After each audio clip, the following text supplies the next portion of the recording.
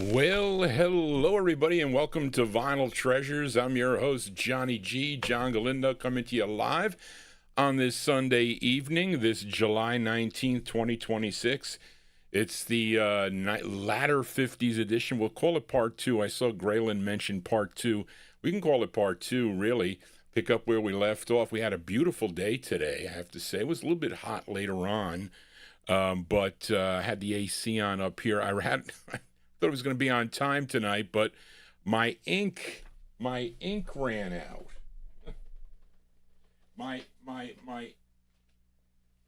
ink. I had to put this in, and I had to print one page, and it has to initialize or something. What it's got to do. But anyway, I am here. So anyway, and glad you are too. So I hope you enjoyed the show yesterday. I liked the show yesterday. I really liked.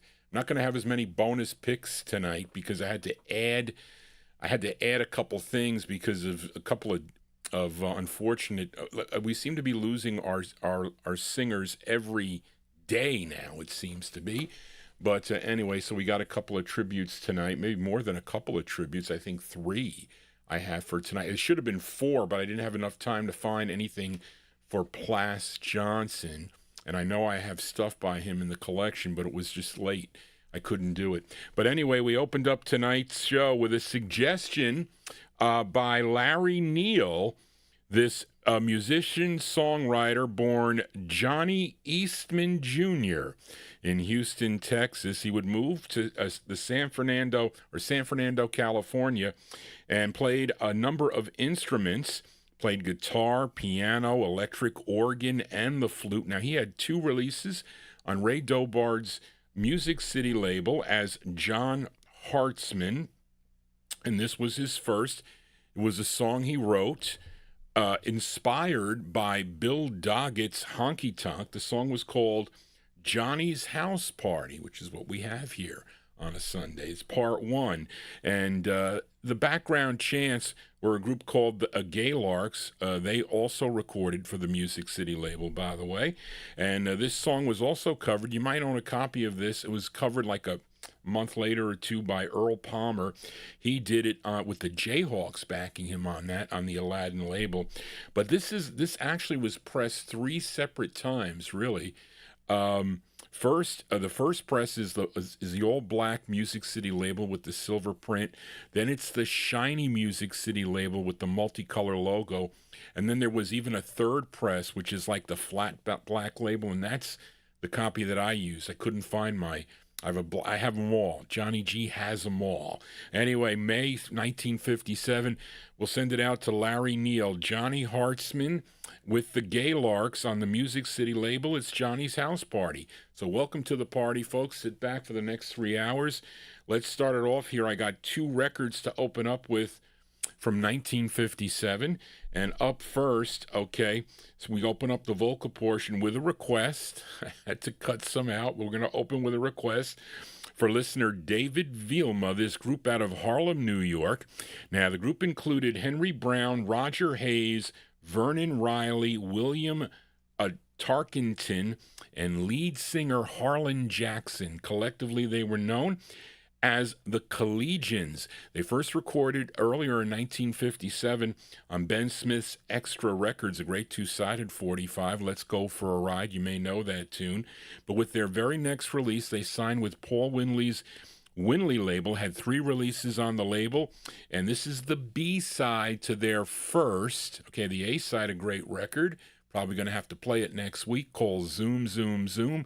But David Vielma requested the B-side from December 1957. Let's open up the vocal portion here with the Collegians on the Winley label. It's called On Your Merry Way. Here you go, David, for you, the Collegians. You go on your merry way, not thinking of the lovers who you led astray. Well, why'd you make me cry? You know the reason why.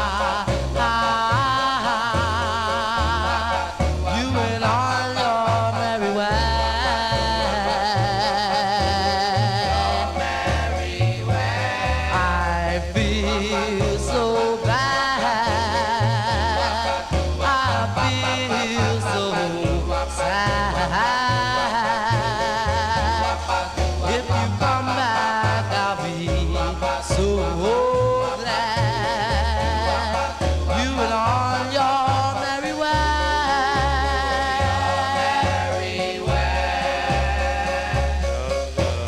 Left me broken hearted. You left me by myself. You found somebody new, and I am so blue. Well, you left me by myself, and I don't know what to do. You went on your merry way, your merry way.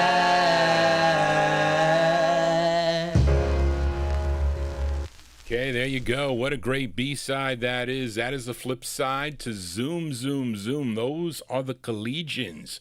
The Collegians there, Harlan Jackson on lead. December 57 release. These Winleys, both sides of the Winley releases are great records.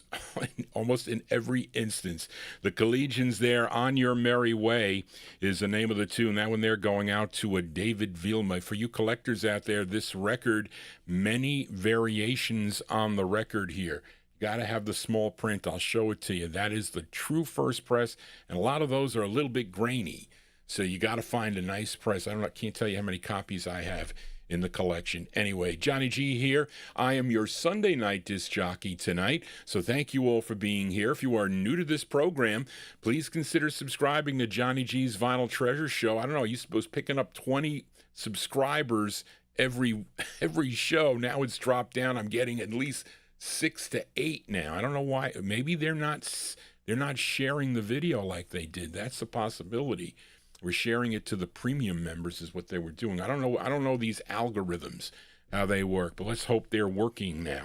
But let us continue here. I got one more from the year 1957. Now, I saw, I think it was Paul Gruber did the post. I think I saw it early this morning, but then Edmund Williams did text me, okay, that the last surviving member of the Dubs passed away.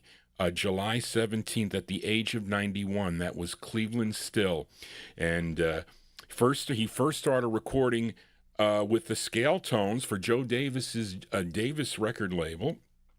Then along with two other members of that group, and I think it was Billy Carlisle of the Five Wings that recorded for the King label, together with a new lead singer, his name Richard Blandon.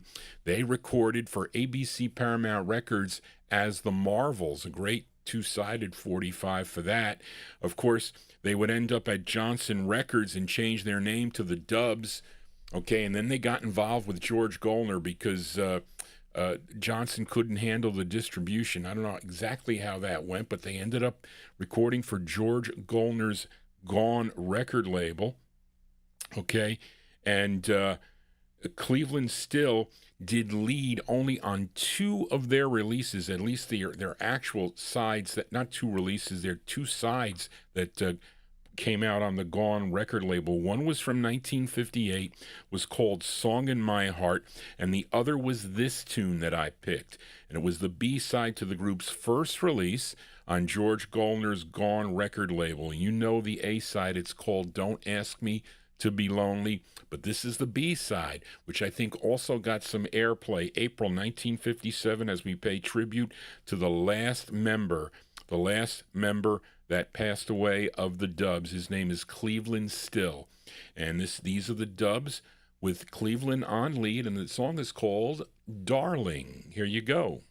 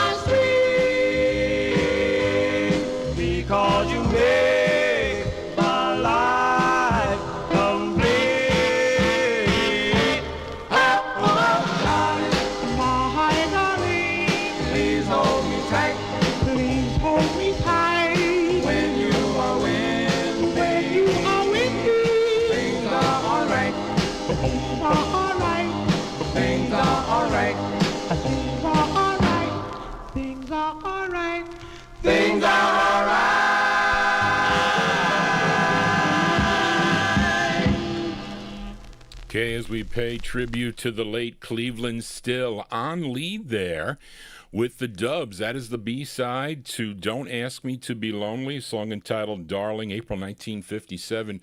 Featured it on George Goldner's Gone label. It also, you can listen, I had it on the Johnson label, but this has better fidelity.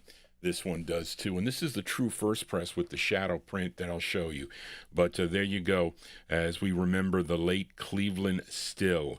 Let us continue here. Let's move. 1958 is the biggest block, folks. I think I got like 14 records in the 1958 block. Okay, so let's start it off here with more requests, this time for Joseph Smith, a.k.a. Oldies Fan, in our YouTube chat room. He requested Ray Charles.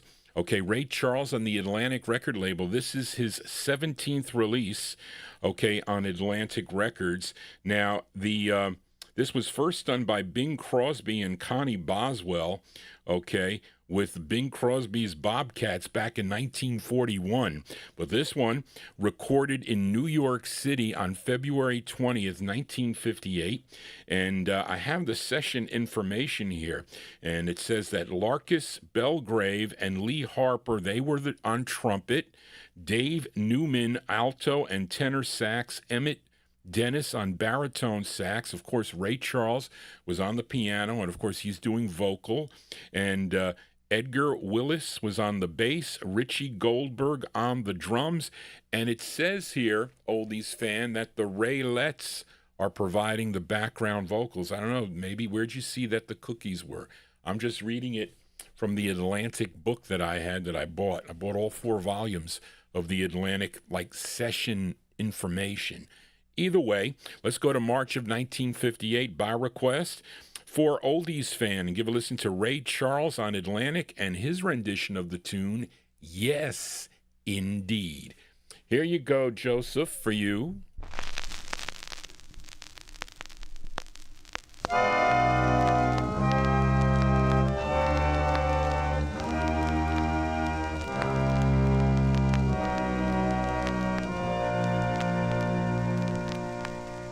Well, I know if it hits you, you say, whoa, yes, you will now. I want to tell you, it's going to get you. Yes, indeed. Whoa, yeah. You get a feeling down in your soul every time you hear that good old rock and roll. I know you say, oh, whoa, whoa. Yes, indeed. Yes, indeed. Just want to tell you, if it's in you, you say, oh, yes, you will. I want to tell you, it's going to send you. Yes, indeed. Oh, yeah. Every time you hear that rock and roll beat, you get a feeling from your head down to your feet. I know you say, oh, whoa, whoa. Yes, indeed. Yes, indeed.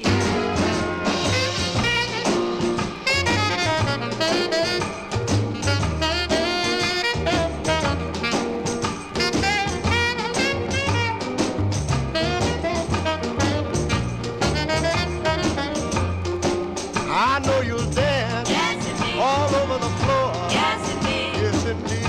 Yes, indeed. Oh, yes, you will now. Yes, indeed. You will be jumping Yes, indeed. till they close the door. Yes, indeed. Yes, indeed. Yes, indeed. Oh, yeah. Yes, indeed. Every time you hear a swinging band, you jump up and down. Wow, clap your hands. I know you say, oh, whoa. Yes, indeed. Yes, indeed. Okay, that one there going out to Oldies Fan, a.k.a. Joseph Smith, in our YouTube chat room. That's the sound of Ray Charles. Ray Charles from March 1958. That's his 17th release on the Atlantic record label, with the Raylettes chiming in the background there. Yes, Indeed is the name of the tune. And yes, indeed, all the records, well, I was going to say they got to be considered originals. Last night I played one played one bootleg and two reproductions that never came out on a 45. Okay, they were only on 78. I played that to the four dots I played, and I also played the what the teasers was the boot and the Ravens. Okay, the Ravens record that I played from 51, I think. Anyway, but we are in the 1958 block, and let's fill a request for Carl Jones in our YouTube chat room. There's this group. They're from Long Beach, New York. Now, the members included Alexander Faison, William J. Otis Gaines, Roy C. Hammond, Claude Johnson, and Fred Jones. Now, collectively, they were known as the Genies. Okay, and this was their debut single. Came out on Bob Shad's Shad label out of New York City. And this tune, written by Fred Jones, Leroy Kirkland, this charted number 71 on the Billboard charts, 33 on Cashbox, and this was a big number one record on WPGC in Washington, D.C. from November 58. By request for Carl Jones, here are the Genies with Who's That Knockin'? Here you go, Carl, for you.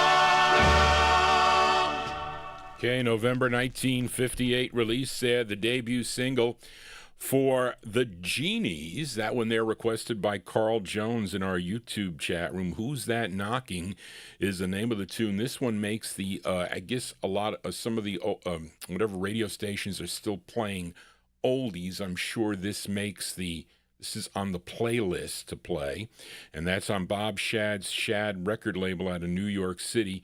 And Big Dave Swinger mentioned it. Jeannie and her boyfriends, they do I guess an answer tune to that, but it's the flip side.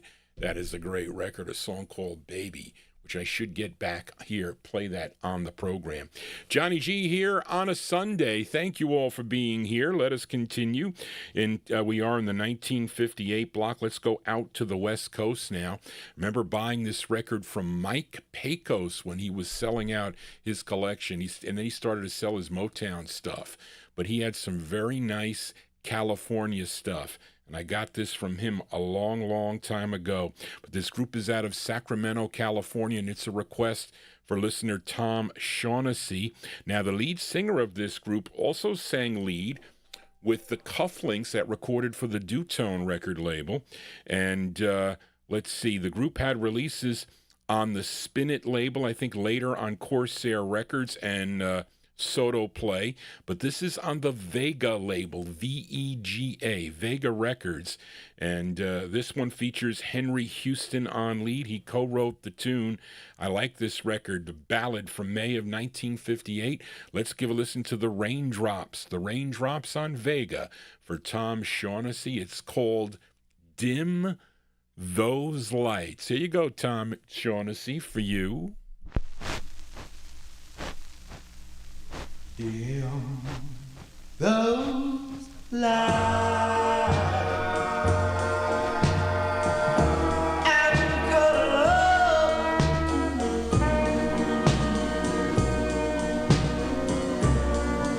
and say you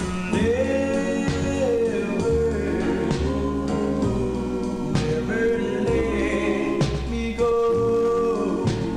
Don't let me close to me. Let me warm your little heart and make all vow that we'll never part. We'll never part. When I'm alone, what shall I do? I feel so blue without you. Don't you know I love you so, and I'll never let you go.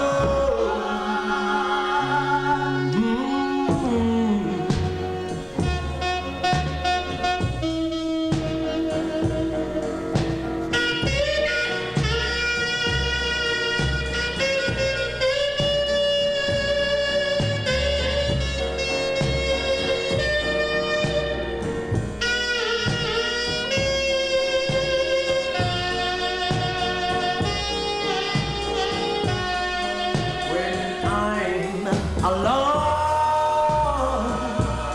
what shall I do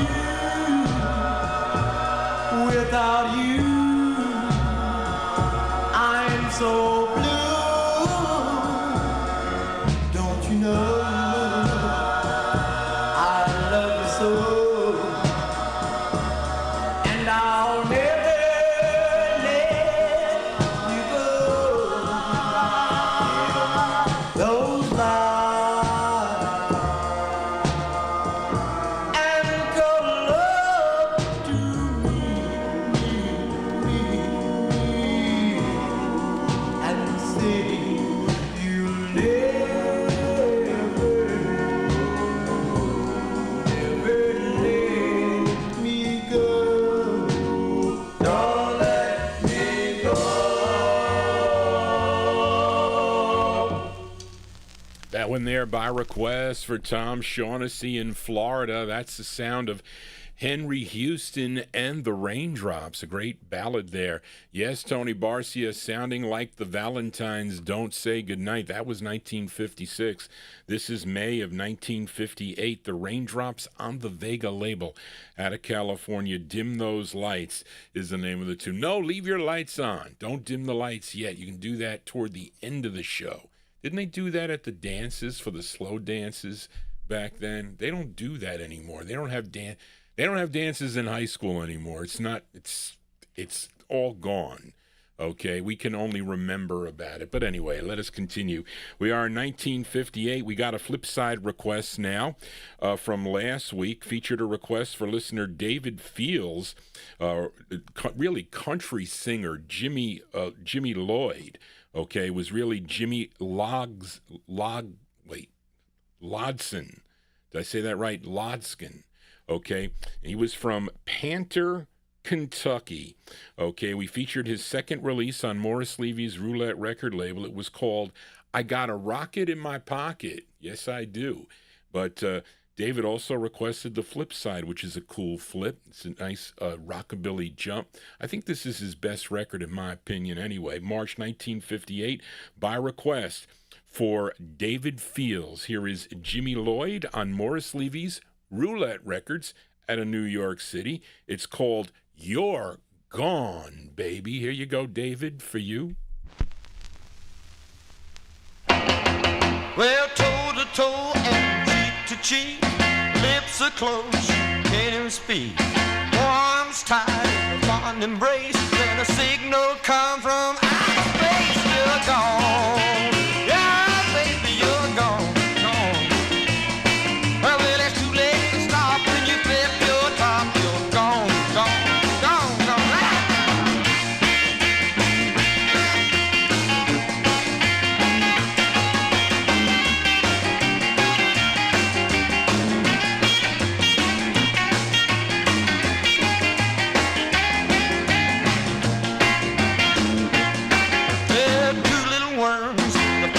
Kind of crawling down the path in line.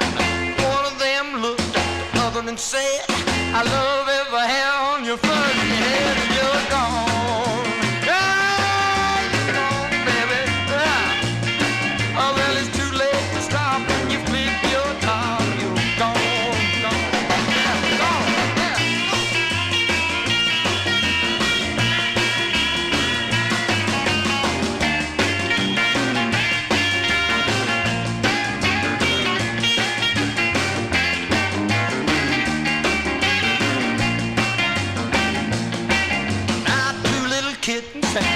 On the line, doing a little swinging on an old grapevine.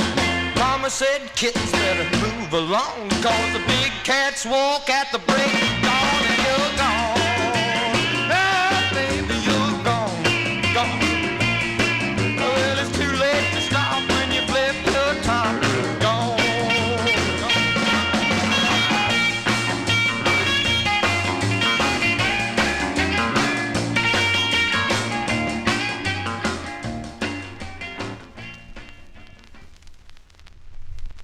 Okay, Rockabilly tunes here on the Vinyl Treasure Show. Let's backtrack. Charlene, correct. Listen, I didn't. To be honest, I didn't look at the Atlantic record. So Charlene sent me a message here, and she says, Johnny, when you held up the record, it says vocal background by the Cookies. So who's right? Well, you got to say that. I guess the label's got to be right? But how come in the book here it said the Raylettes? That doesn't make any sense, because I went to that book. I didn't even look on the record, and it says it right on there. And they also got backup on I Had a Dream. I wonder if that's, I'm just going to 2969, 2968. See, they had, he must have assumed it, this guy Ruppely, whatever his name is. So, Bill, what do I do with something like that? How do I correct that? Do I contact him? I say, look, do you have the record? You should have checked your record. It said the Cookies. So I don't know what to tell you, folks. Anyway, I only play them here. I try to give the right information. But thank you, Charlene, for that correction. But anyway, there you go. That one there going out to David Fields, the cool rockabilly tune. Great two-sided 45 there. Jimmy Lloyd's his name, from March 1958 on Morris Levy's Roulette Records. It's called You're Gone, Baby. John G ain't gone yet, but let us continue here. And let's fill a request now for Grayland in our YouTube chat room. And this is a great group out of Queens, New York. And I'm going to say, well, not really a kiddie lead, but he was a young singer, the lead singer of this group. And they recorded for Sid Nathan's Deluxe record label. I think this is their debut single. Okay, and let's see. The A side of this is a cool up-tempo song called My Darling. But this is the B side that Grayland requested, and it features a 15-year-old. Well, listen, 15-year-old, I wouldn't consider you a kiddie lead at 15 years old. So I really can't say that. But it's a 15-year-old. Larry Pendergrass is on lead, and this is the first song he ever wrote. I guess at Puppy Love at 15 years old, right? He wrote this song. It was inspired by his crush on a 13-year-old girl. I don't know. I guess that's okay. You're still underage, but it's puppy love. I say it's a little bit too young, but anyway. But really great thoughts for this Larry Pendergrass. April 1958. Let's give a listen to the Chanters. The Chanters on Deluxe Records, and it's a nice ballad. It's called I Need Your Tenderness, parentheses, I Love You, Darling. This is going out to Graylin in our YouTube chat room. Here you go, the Chanters.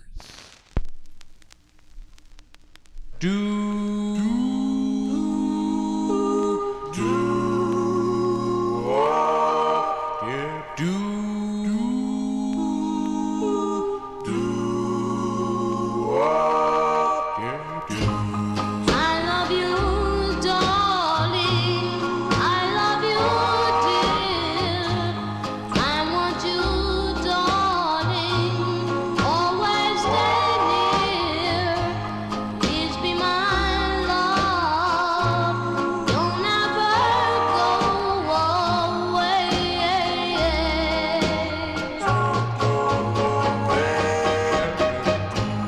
Please do don't leave me.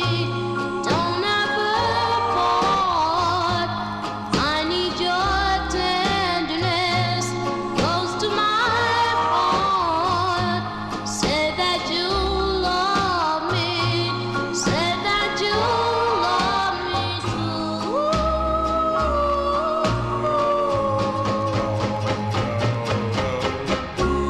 When I am close to you, films do I feel. I want you, darling, always stay near. Please be my lover, don't ever part. I need your tenderness close to my heart. Please do don't leave me. Don't ever part. I need your tenderness close to my heart. Say that you love me. Say that you love me too.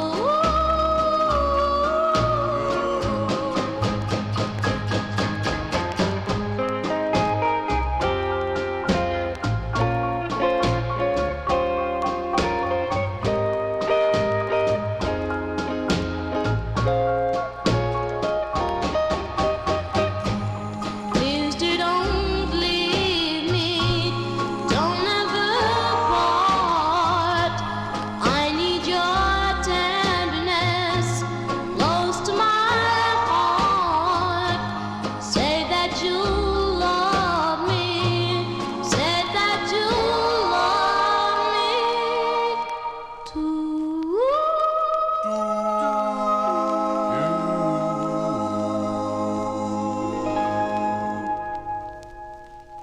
Well, it's too bad that 15-year-olds don't. Well, I don't know. I can't chastise all 15-year-olds.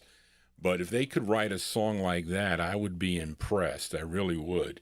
And we have to be impressed with Larry Pendergrass there, the lead singer of the Chanters. April 1958. That's the B-side to their debut single on Sid Nathan's Deluxe Records out of Cincinnati. I Need Your Tenderness, parentheses, I Love You, Darling.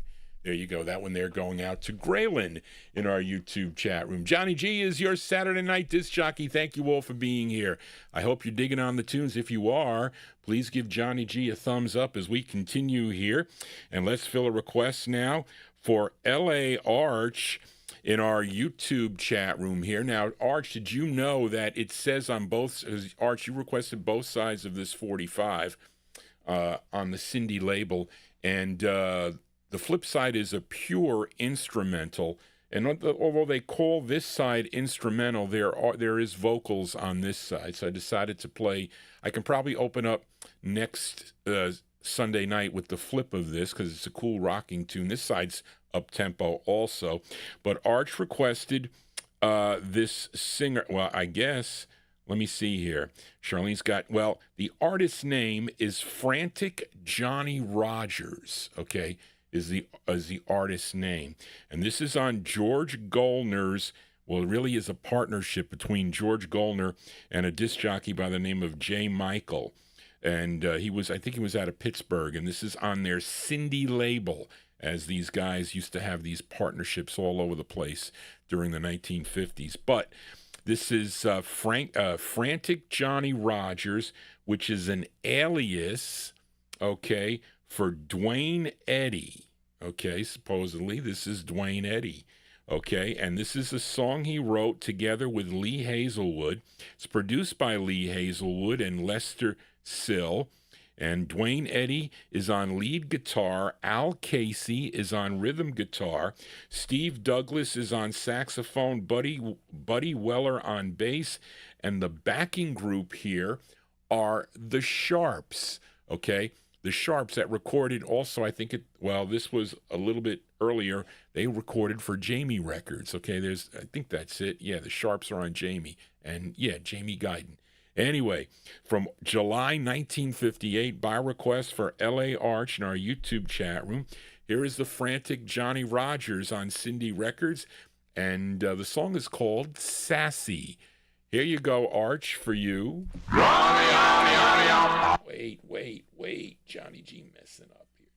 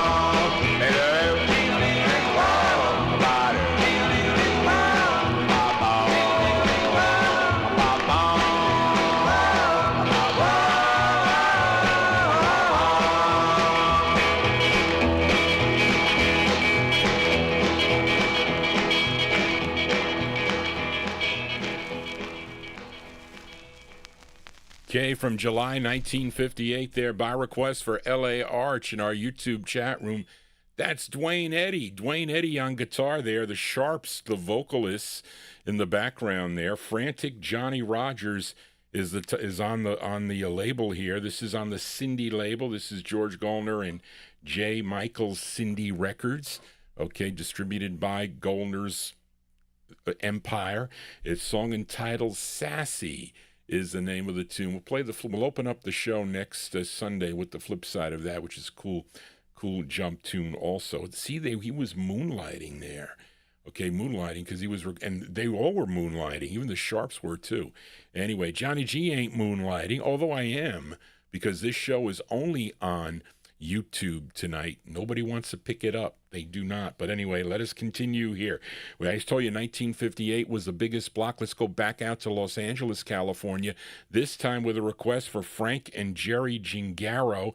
Now, this, I say, is the best record that this group put out on the Flip record label. Of course, you know this group's debut single on on Max Firetag's Flip Records, a song called A Casual Look, which I think might have been the biggest record on the label. I would think it would be, okay? But they had 11 releases for the Flip record label, and this is their 8th release and probably their hardest to get, because Greg Surik sold me this record a long time ago. It features Trudy Williams on lead, a great ballad here from August 1958. Let's give a listen to the 16s. The 16s on Flip, going out to Frank and Jerry Gingaro. The song is called Oh, It's Crazy. Here you go, Frank and Jerry, for you, the 16s.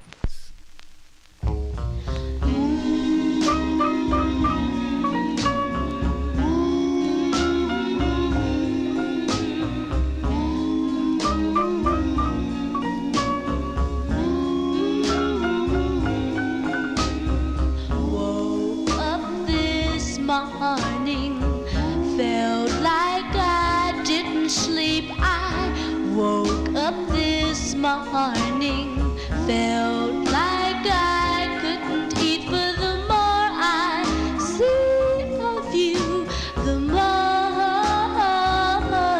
I love you, dear. I heard your song this morning, felt like you were here. I heard your song this morning, want to kiss you, dear. For the more I see of you, the more I love you, dear.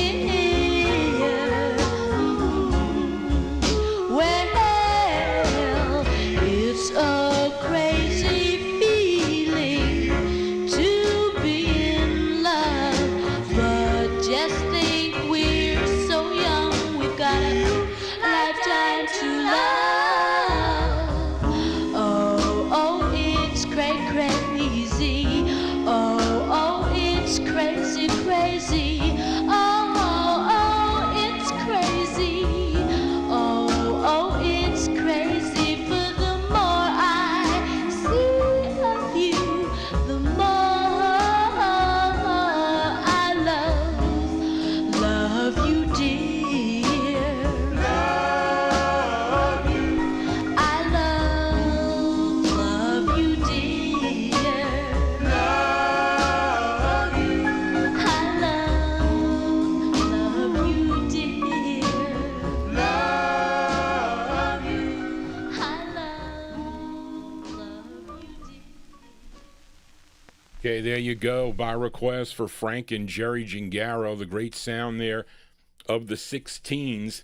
The 16s with their, their 8th release, 8 of 11 on Max Firetag's Flip Records out of Hollywood, California, August 1958. Oh, It's Crazy is the name of the tune. And that one they're going out to Frank and Jerry Gingaro. Let us continue here. Let's first say Stephanie celebrated a birthday when? Yesterday. You should have came into the chat room yesterday. Oh, maybe you were celebrating. So it is Stephanie's birthday. She is 63 years old. Well, congratulations. Happy birthday, Stephanie. You're not quite a senior. No, you're not quite a senior citizen. I think you got to be 65. Although you can retire early, that doesn't mean you're a senior citizen. Johnny G is a senior citizen, unfortunately. I prefer to be to be 36 versus 63, but still, I wish I was 63. I felt a little bit better then. But happy birthday, Stephanie. I'll send this next song out to you, too. But this is a request for James Pomerico. I feature this singer from Kirbyville, Texas, often here on the Vinyltreasure show. First recording back in 1933, but he had his first R&B hit in 1946 on the exclusive label, a song called Blues at Sunrise. But here is a release on the Atlantic record label he did. And let's see. And I'm talking about Ivory Joe Hunter. Ivory Joe Hunter. I don't know which one this is, Charlene. Anyway, but he wrote this tune from June of 1958. This is by request for James Pomerico. We'll also send it out to Stephanie and wish her a happy belated birthday. She is in our chat room here. Ivory Joe Hunter on Atlantic, and the song is called You Flip Me Baby for James Pomerico, and we'll send it out to Stephanie. Here you go.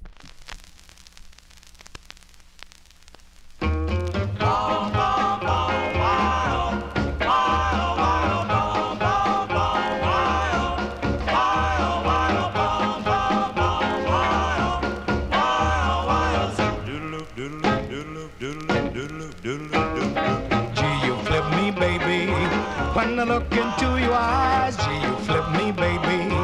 When I look into your eyes, gee, you thrill me, baby. And I hope you realize, please believe me, baby, that this ain't no jive. Gee, you flip me, baby. And you know you really do, gee, you flip me, baby. And you know you really do, gee, you flip me, baby. And you know it's really true that I'd like to have a little doll like you. Wow, wow, wow, wow, it would be crazy. Wow, wow, wow, it sure would be fine if I should ask you, could we go steady? And then you said you would be mine. Gee, you flip me, baby. Yes, you flip me from the start. Gee, you flip me, baby. Yes, you flipped me from the start. Gee, you flipped me, baby. Said that we will never part, 'cause I love you, baby, with all my heart.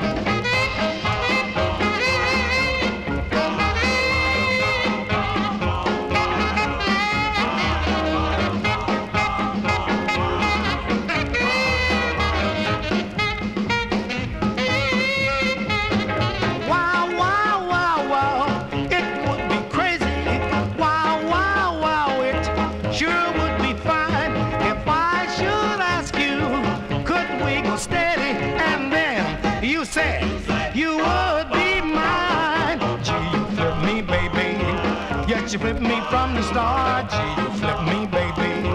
Yes, you flipped me from the start. Gee, you flipped me, baby.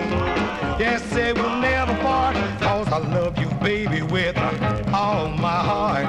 'Cause I love you, baby, with all my heart. Okay, there you go. The sound of Ivory Joe Hunter here on the Vinyltreasure Show. What did I do with my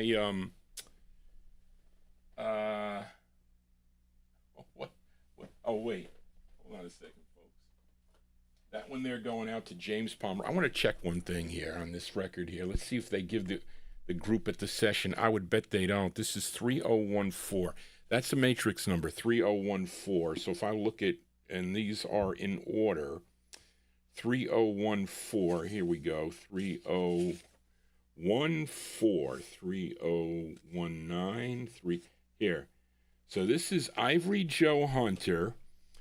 Says this was recorded on March 5th of 1958. When did I give you the release date for for James's request?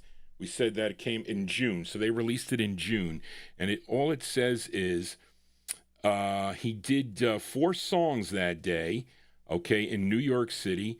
I Just Want to Love You, Shooty Shooty, You Flip Me Baby, and I'm So Glad I Found You. Now, it says he is the vocalist with Sam the Man Taylor on tenor sax, Buddy Johnson on tenor sax and baritone sax, Mike Stoller on piano, Dick Hyman on organ, Everett Barksdale and Kenny Burrell on guitar. You know all these guys, right, folks? Okay, Lloyd Trotman on bass, Joe Marshall on drums, Harold Anderson and John Anderson and Willis Williams and what? Gonzalo Mero. Who are those on the vocals? Who are those singers? Big Dave, any idea? Says that, who is Joe Marsh? Oh, wait, I'm sorry. Harold Anderson, John Anderson, Willie Williams, Gonzalo Mero, and Reggie Albright. He was the director. So what is that vocal group? Those were the guys. See, JohnnyG's got to do more research.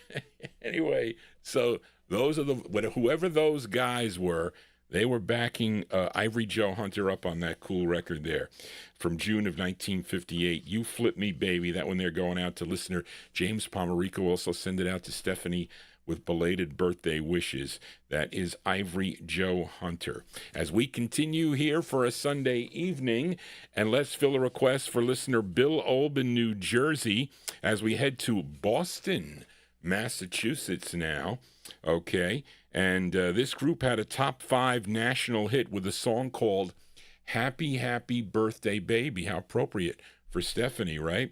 And it first came out on Frank Pappalardo's Casa Grande label, Casa Grande Records. Get picked up by Checker.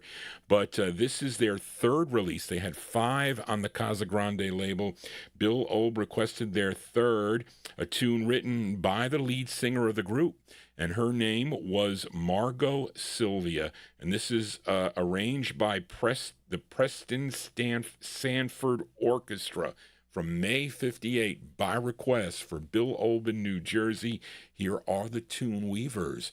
Tune Weavers with There Stands My Love. Here you go, Bill, for you.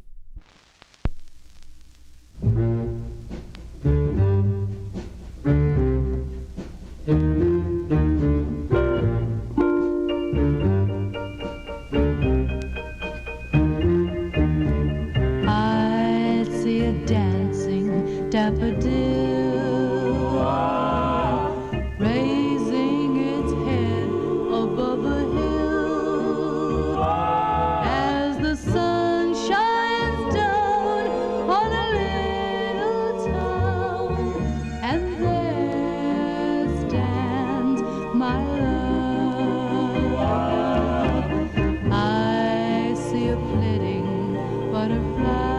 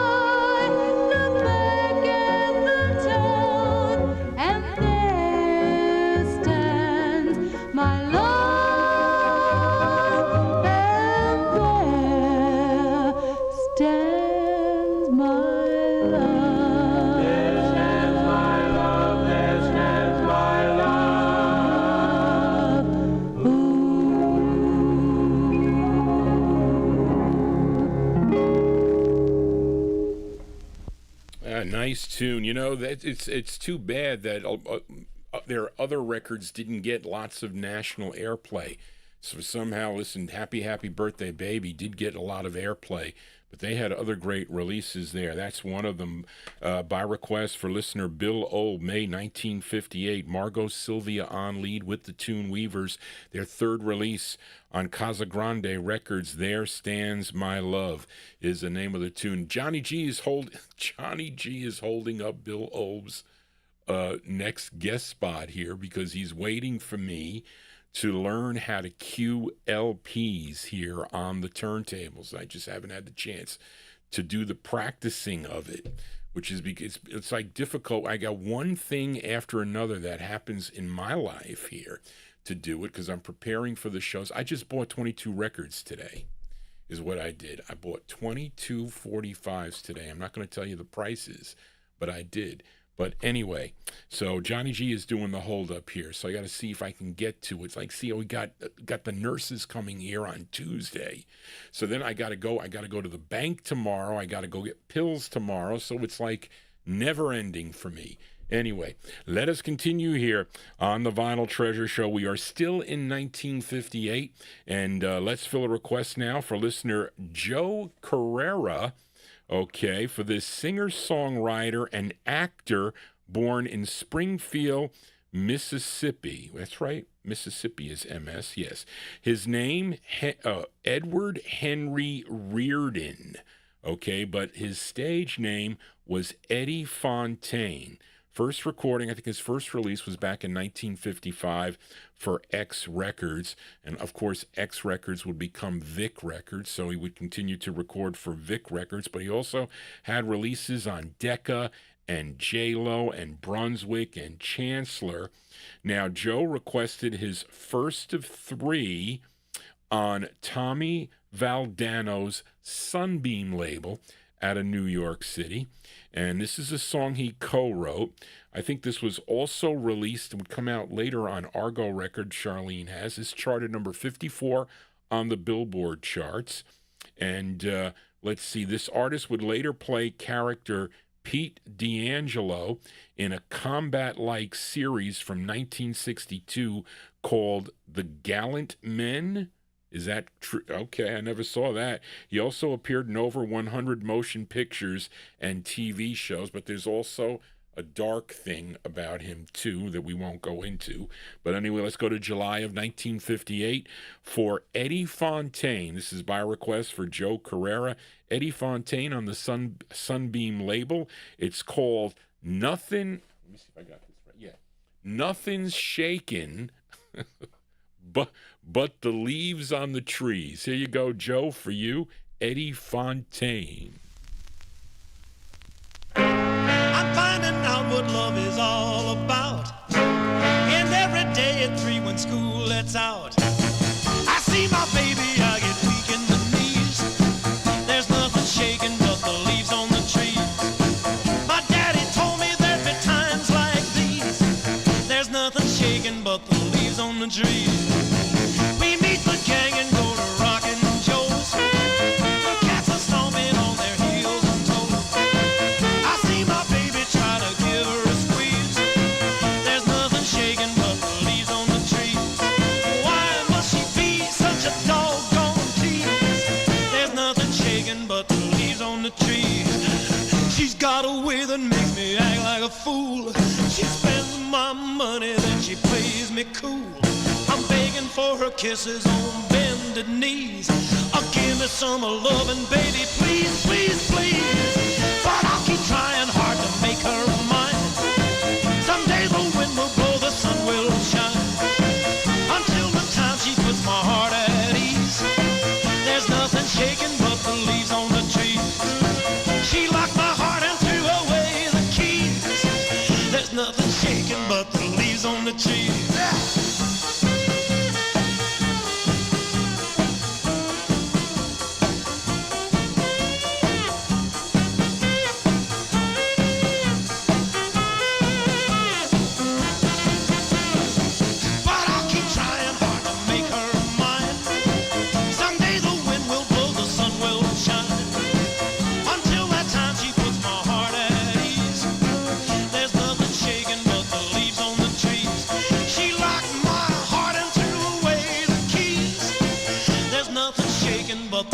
On the trees, nothing shaking but the leaves on the trees. There's nothing shaking but the leaves on the trees. Ain't nothing shaking but the leaves on the trees. Okay, there you go. That one there going out to Joe Carrera. That is the sound of I lost my place. Eddie Fontaine on the Sunbeam record label, a song entitled Nothing Shaking, parentheses, but the leaves on the trees. That's the name of the tune. Came out in July of 1958. So there you go. But I have other releases by him. Well, because I run the labels, you know. I think I got almost every, I don't have everything on the Sunbeam label. There's a couple of, because there's some other stuff on there that is unplayable. Let's put it that way. But anyway, let us continue here. And we got three more records from 1958. I told you this was the biggest block tonight. But let's fill a request now for listener James Stone in our YouTube chat. I didn't know that the Beatles covered this also. I think Jim, you mentioned that also, Jim W. But this is a request for listener James Stone, this group out of Evanston, Illinois. Okay, and they are known as the Foster Brothers.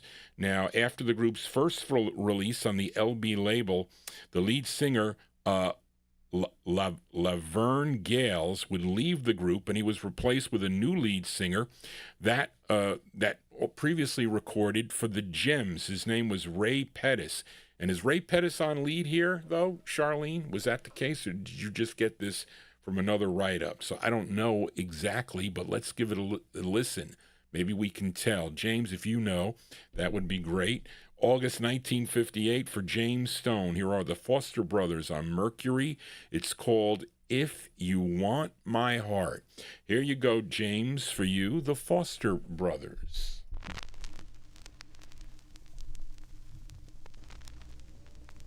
If you want my heart, you'll have to be gentle. Love is all in all, not incidental.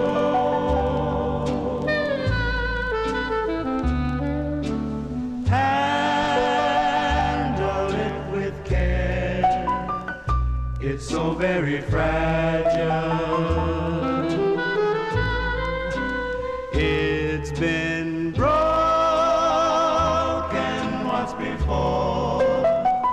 The mend was gradual, like the young in love will do. I thought first love was true, so I never had a chance when she found her new romance. And so if you want my heart, you'll have to be gentle.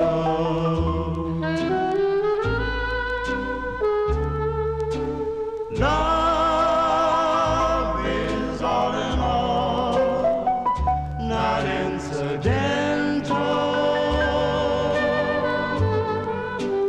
If I give my heart to you, there is one thing you must do.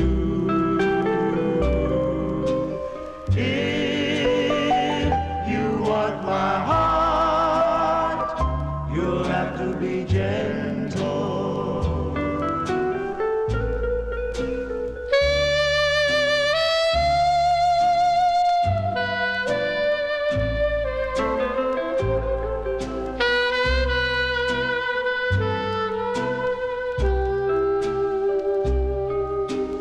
If you want my heart, you'll have to be gentle.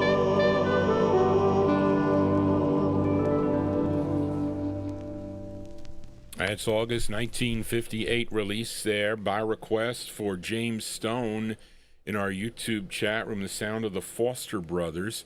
Foster Brothers on the Mercury record label, If You Want My Heart is the name of the tune. As we continue here on a Sunday evening, thank you, folks. Hope you're digging on the tunes and the information. Well, be it right or wrong, I try my best.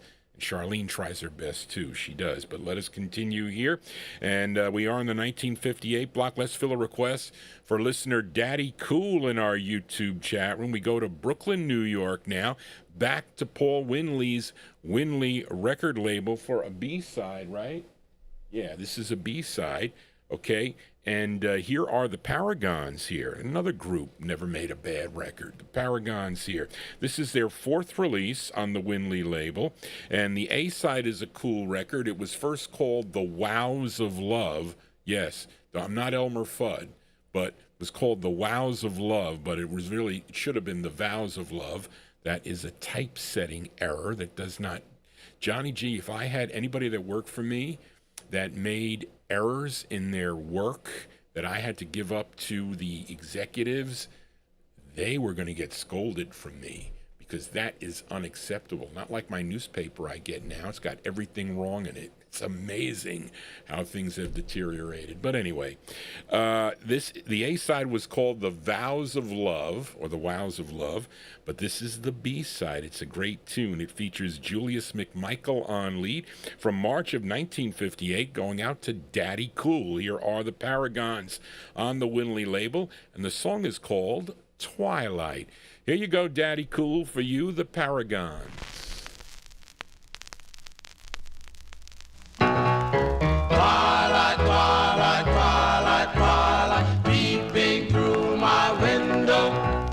Twilight, twilight, twilight, twilight, peeping through my window. Twilight, twilight, peeping through my window. Twilight, twilight, where did my little girl go? I love her, how I love her, yes I love her. Oh, twilight,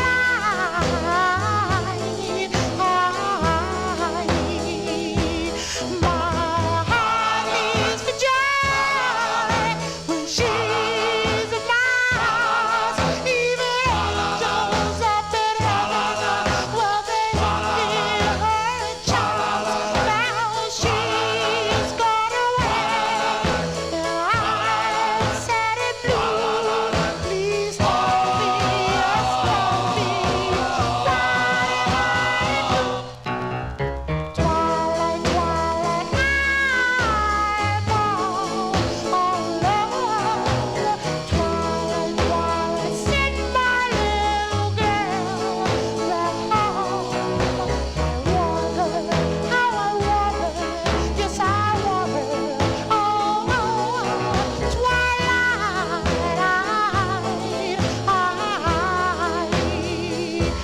my heart leaves for joy when she's in my arms. Even angels up in heaven, well they hear her charms. Now she's gone away, and I'm sad and blue. Please tell me, yes tell me,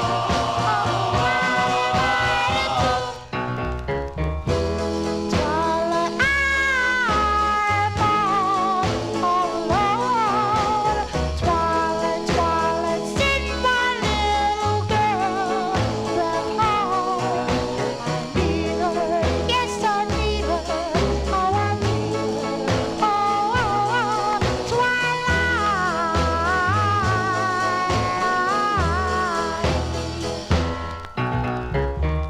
Twilight, twilight, twilight, peeping through my window. Twilight, twilight, twilight, twilight. Okay, there you go. That one there going out to a Daddy-O in our YouTube chat room. The sound of the Paragons. Julius McMichael on lead. That's their, 4th release for Paul Winley's Winley record label, March 1958. Twilight is the name of the tune. You got to get the Jesters meet the Paragons meet the Jesters, whatever it is. That LP is a great LP. It's just got a battle of the groups on that. Speaking of Twilight, have they decided, are we going to change the clocks, or is it, they said it was based on states or whatever, so does that mean if I'm in New York and they change the clocks and I got an appointment in New Jersey, I thought Arizona was the only place that they didn't change the clocks, okay, with the daylight savings time and all that. Speaking of Twilight. But anyway, let us continue here. Here is a second tribute record. Well, actually, I got two by this artist. You know, it was, who told me about this first? I think it was my, was it Robert Neal, did you told me, no, Tom Goodell. Okay, Tom, I saw an email, came in on Saturday, that Freddie Cannon passed away, and I was like, what? Freddie Cannon passed away. He was 89 years old. But yes, Frederick Anthony Piccarello Jr., a.k.a. Freddie Cannon, passed away on July 17th, 2026, at the age of 89. I think he was in hospice. I think he possibly had cancer, unfortunately, that C word.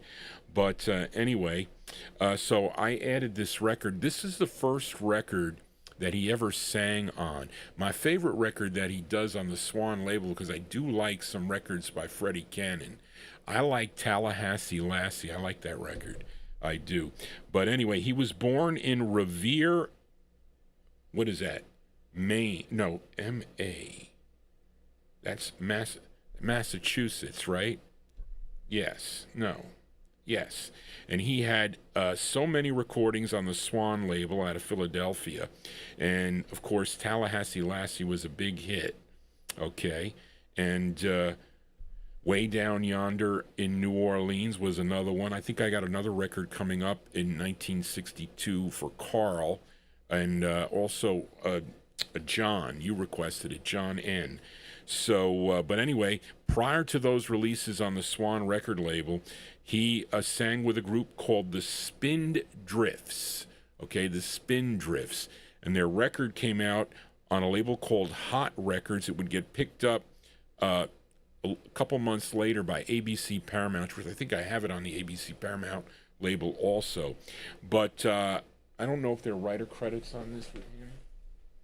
No, but I think he wrote this tune also, if I'm not mistaken. I didn't get a chance to rewrite this. But this came out in January of 58, and he was the lead singer on this. And so, as we pay tribute to the late the late Freddie Cannon, here are the Spindrifts on the Hot label. And the song is called Cha-Cha Do, and this is with the late Freddie Cannon. You'll hear him on lead. Here you go.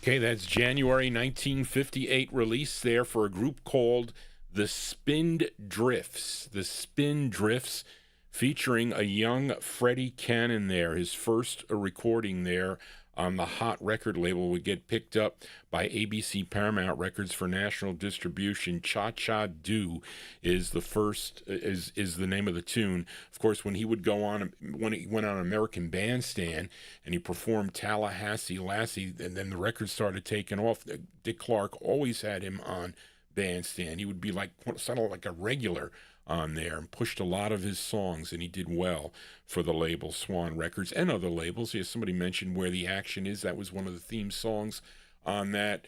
Abigail Beecher. He had a whole bunch of other things. I have other later releases by him also, but we pay tribute to the late Freddie Cannon. As we continue here on the Vinyl Treasure Show, let's move into 1959 now. Fill a request for listener Nat Papagallo in Naples, Florida. And this singer, he was the lead singer of the Chords that recorded for the Cat record label. If you're familiar with the song Shaboom, well, the lead singer is Carl Feaster, and in 1959 he would sign with Morris Levy's Roulette record label. Had 2 releases on the label, and Nat requested his first under an alias. I don't know why he did that, but he would record it as Lionel Thorpe. Okay, and the writer credits list a number of writers, and it includes a couple of original Chords. Okay, so I would think that this is really the Chords under an alias. That's what I say. Okay, this one from March of 1959, by request for Nat Papagallo. Here is Lionel Thorpe, a.k.a. Carl Feaster, and the Chords on the Roulette record label, and the song is called More, More, More. Here you go, Nat, for you. I'll just keep begging.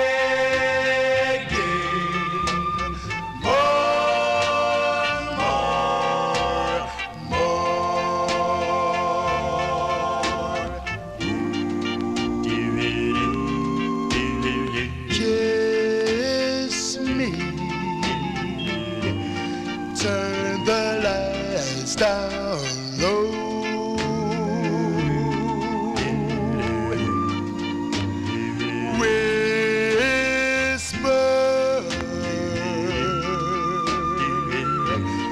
It's not time to go. And when you thrill me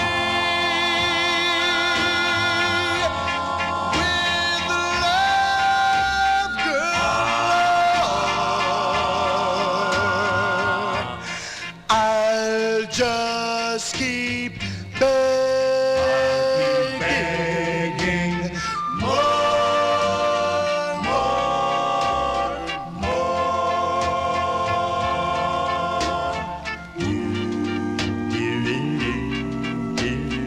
Tell me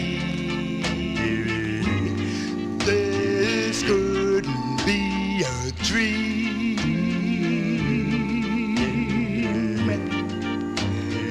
Careful,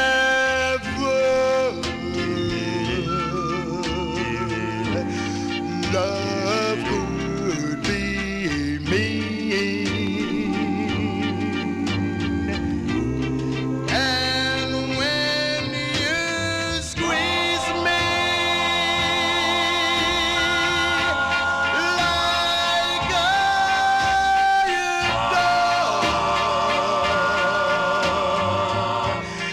I'll just keep begging. More, more, more,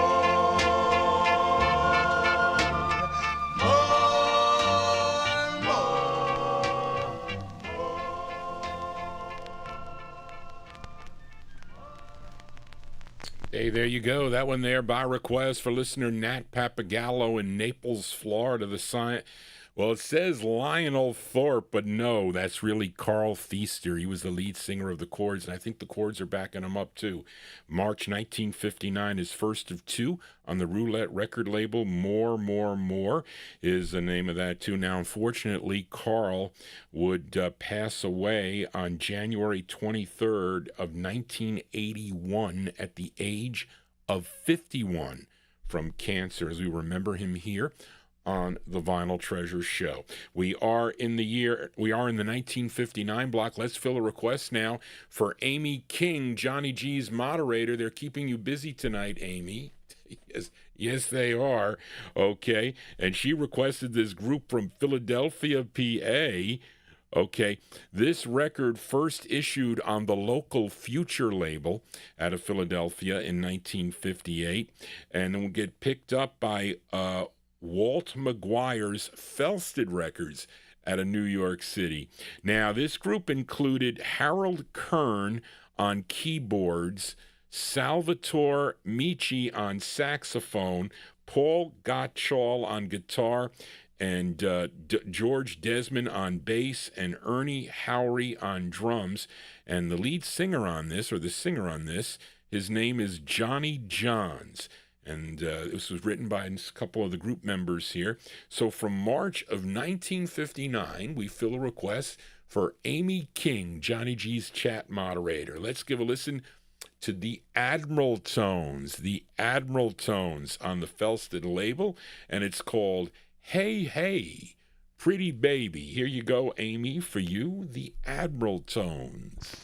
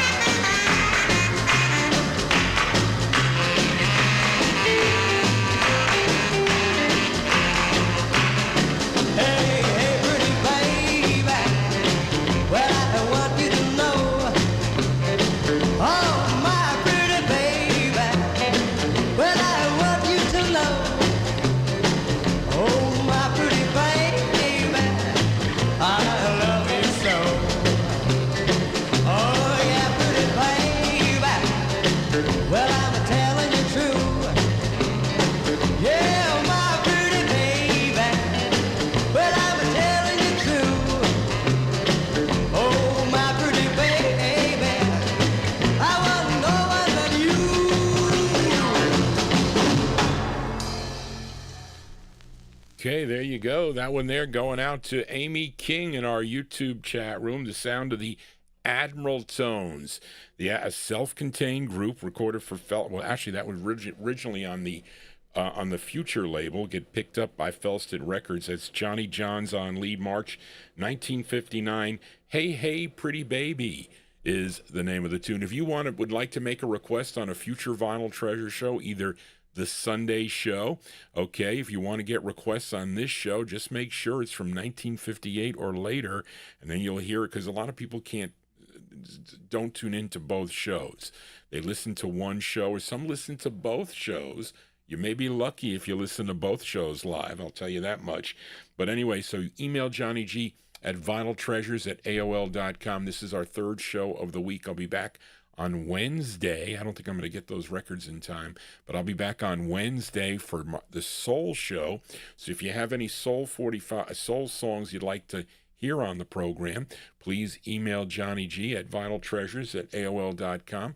Receive some new requests from Frank, so maybe some of you need to send Johnny G some more. You can ask me anyway, but let's continue here. And we are in 1959. We got 3 more records to go in 59.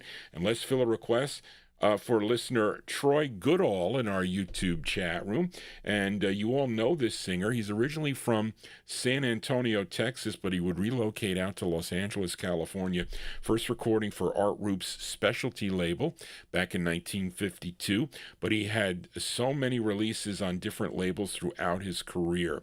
And this one is on the Kent label. And this, of course, is a song you all know, Sentimental Reasons, or I Love You for Sentimental Reasons, as done by Deke Watson and the, was it the Brown Dots? Not the Blue Dots, but Deke Watson, who wrote the tune. But it was done by him and his group back in 1945 on the Manor label. But this one is from January of 59. It says Don Rolk and, wait, was it Don? It just says Don Rolk Vocal Group. Of course, he is the instrument. He is the band leader there. But anyway, from January 59, by request for Troy Goodall, this is Jesse Belvin and a group on Kent Records, and the song is called Sentimental Reasons. Here you go, Troy, for you, Jesse Belvin.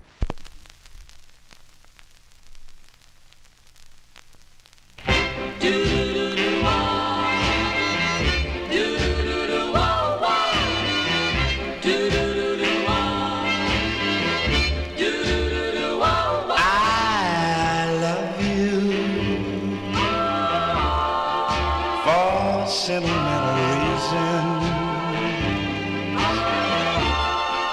I hope you do believe me. I'll give you my heart.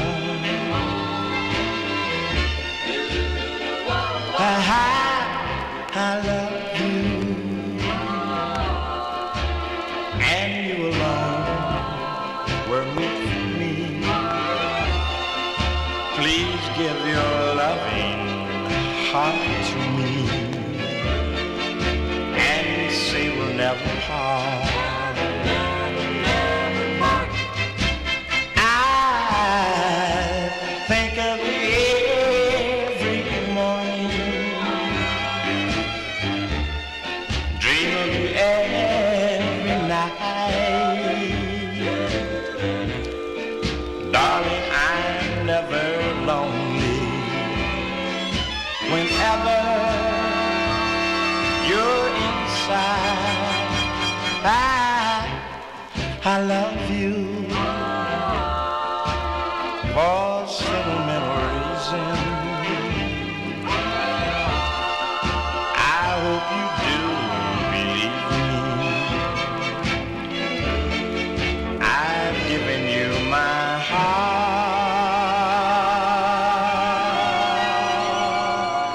Please believe me. I've given you my heart.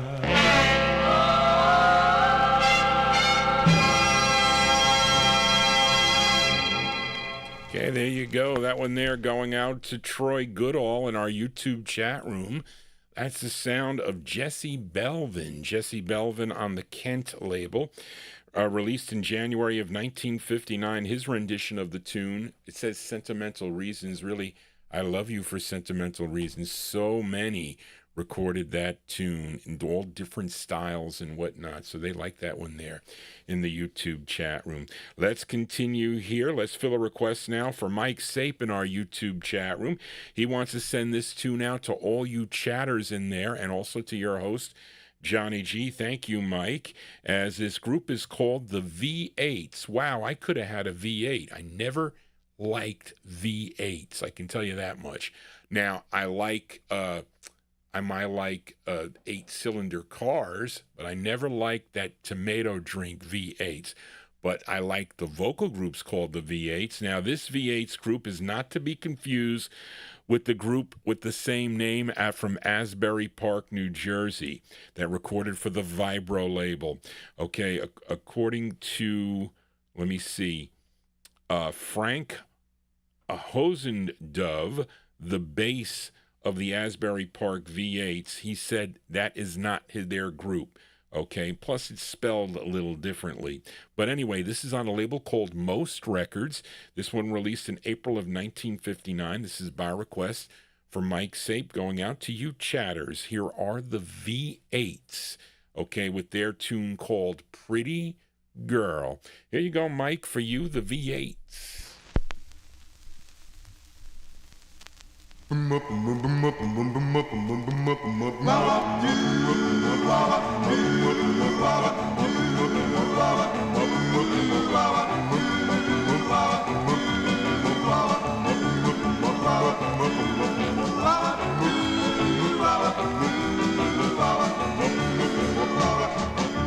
met a pretty girl walking down the street. She looks so sweet, she can't be beat. Oh, I wish she was mine. Yes, I wish she was mine. If she be mine, I could love her all the time. Say, pretty baby, what's your name? She said her name was Beverly. Oh, Beverly, I love you. Yes, Beverly, I want you.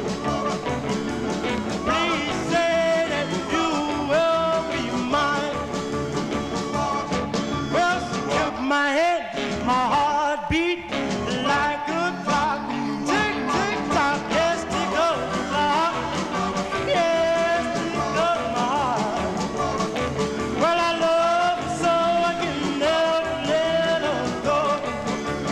Yeah, yeah, yeah, yeah, baby. I don't need maybe.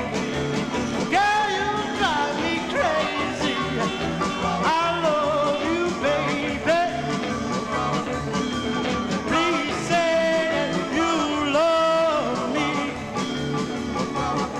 Well, she kisses me, she holds me tight. She squeezes me, really love her so. Yes, I can never let her go. Please say that you will be mine. Yeah, yeah, yeah, yeah, baby. I don't need maybe. Girl, you drive me crazy. I love you, baby. Please say that you will be mine.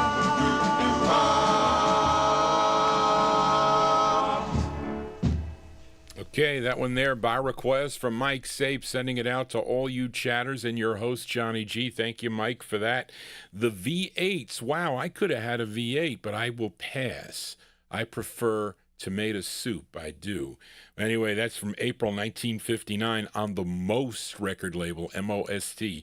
It's called Pretty Girl is the name of the tune. Now, I always, my nobody else here in the household likes tomato soup. But, sometimes, those, I think they're called, is it Pacific? Is it Pacific that makes, they like the butternut squash soup you can get. They have the low sodium one, too. They like that one there. My father doesn't like the potato leek, and they got another couple other ones there. There's one that's too hot. He doesn't like that. So, listen, he's the one that dictates what we eat here. Anyway, but Johnny G getting off on a tangent here. Hope you're digging on the tunes here. Let us continue here. Finally, we fill a request for Tony Barcia in our YouTube chat room. And let's see. So, I don't know about this, Charlene, as far as... wait a minute here. Tony, is this the George Jackson plants? I don't know. This might be an old write-up, Charlene, on this. Okay, because the original plants were from Baltimore, Maryland. The Progresso. Tony, I'm asking you about the record here. Okay. It's a second plant. See, the first. So, Charlene, we have to change this right up, okay? Because I wrote this a long time ago before I knew there were two different plant groups. The first plant group was from Baltimore, Maryland, okay? And, of course, both recorded for Zell Sanders' J&S record label out of the Bronx. Now, she heard the first plant group singing backstage when she was attending some show in Baltimore, Maryland, and the group was known as the Ecuadors originally, and she had them change their name to the Plants, and they signed their first two releases were on J&S Records, and that was with George Jackson on lead. This is a different group, okay? This is a totally different group from my understanding, okay? So this information is not correct that we have here, but it was released in 1959, and it's not that easy to find on the original, and it's a request for listener Tony Barcia in our YouTube chat room, and this has the tempo changes in it, so listen closely. Here are the Plants on the J&S record label out of the Bronx, New York, for Tony Barcia in our YouTube chat room, and the song is called I Searched the Seven Seas. Here you go, Tony, for you, the Plants.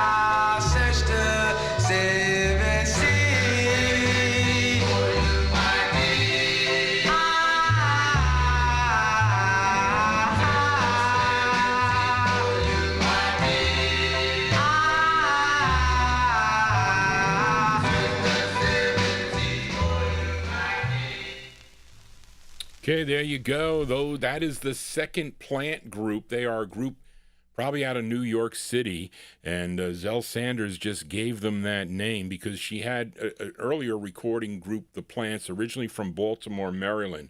So that is a totally different group there from 1959, going out to Tony Barcia in our YouTube chat room. The Plants on the J&S record label out of the Bronx, New York. I Searched the Seven Seas is the name of the tune. Johnny G sometimes searches the seven seas for records that I'm looking for, but everything I need seems to be very pricey as far as group harmony records go.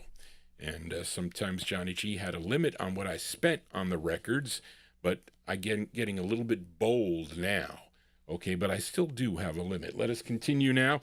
Let's fill a request for Gary McClendon. Gary, I hope you are feeling better. Gary did not feel well last night. He stopped in, but Gary, I have a request for you, okay? And First time I ever heard this song was on a WHBI. If you remember that station, they had a whole bunch of oldie shows on there. Roy Adams, I think, was on, and one was someone by the name of Johnny Angel. He had a show there, and he was in a wheelchair, and he was a record collector. He had a lot of records, and he did this radio show on WHBI. It was late. It was like the last show, and he played this on there. I didn't know the song, okay, but the group is out of Brooklyn, New York. They're called the Melodies. Now, the A side of this record is a Christmas song, okay, a cool rendition of Rudolph the Red-Nosed Reindeer, but Gary requested the flip side. Now, this is written and arranged and produced by Vinny Catalano. Now, the lead singer on this, his name is Bobby Rogers. He's the lead singer. Let's go to October of 1960 now, by request for Gary McClendon. Here are the Melodies on the studio label. It's called Wishing is for Fools. Here you go, Gary, for you. Wishing, wishing,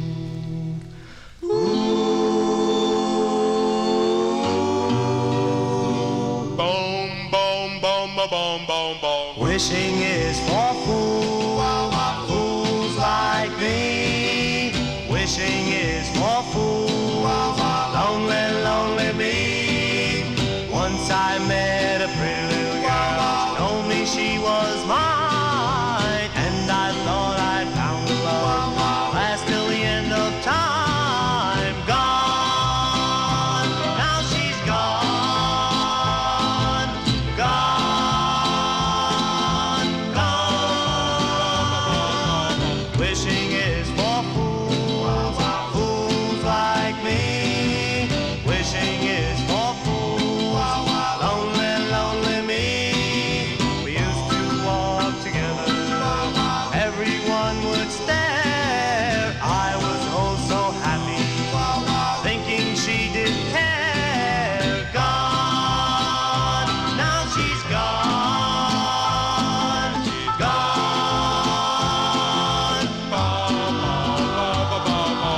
Wishing is for fools, fools like me. Wishing is for fools, lonely, lonely me. Once I met a pretty little girl, she told me she was mine, and I thought I'd found the love, last till the end of time. Gone, now she's gone, gone.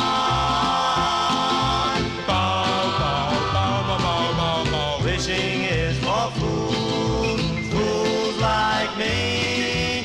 Wishing is for fools, fools like me. Wishing is for fools, fools like me. Okay, that one there going out to Gary McClendon. That is the sound of the Melodies. The Melodies. I think this comes with a picture sleeve. It's not unfortunately, it's not with a picture. It's like with like a green reindeer on it for the other side, of course. But this is October 1960. This is the B side there. Bobby Rogers, he's the lead singer. These are the Melodies on studio. Wishing is for Fools. Not really. We like to fantasize about having these rare records in our collection, don't you? Sometimes I would see them in my dreams, of course, or my father throwing them out the window. He would so much like to do that. I'm sure he would. But anyway, let us continue here. Now, we heard the Dubs earlier in the program as we paid tribute to the late Cleveland Still and played the flip side of Don't Ask Me to Be Lonely, called Darling, that he did lead on. But he was still with the group at this time, too. And this is a request for listener Timothy in our YouTube chat room. Now, in late 1958, after the Dubs released Chapel of Dreams on Gone Records, the group would break up. Lead singer Richard Blandon would join the Vocaliers, okay, and sign with Old Town Records for one release. But then Blandon left them to join another, or maybe he wasn't with the group. Okay, well, he says, well, no, he must have, oh, he got him here. And then Blandon left them to form another Dubs group, which included James Miller, Tommy Great, Billy Carlisle, and Cordell Brown. Now, they signed with ABC Paramount Records and had 5 releases on the label. Now, Timothy requested their second, okay, which charted number 2. This was a number 2 record on WILM out of Wilmington, Delaware. Okay, it features Richard Blandon on lead. This came out in March of 1960 for Timothy in our YouTube chat room. The Dubs with Don't Laugh at Me. Here you go, Timothy, for you, The Dubs.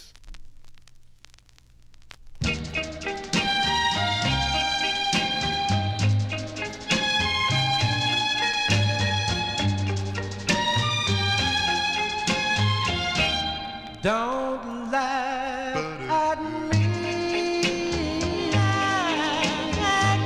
This could happen to you.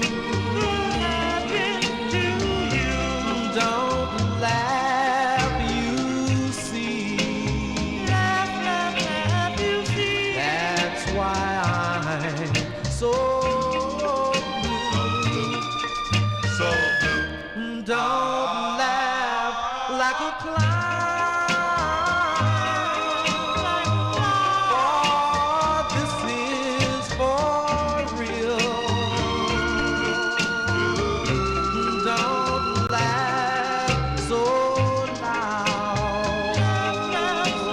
loud, or you'll surely pay the bill.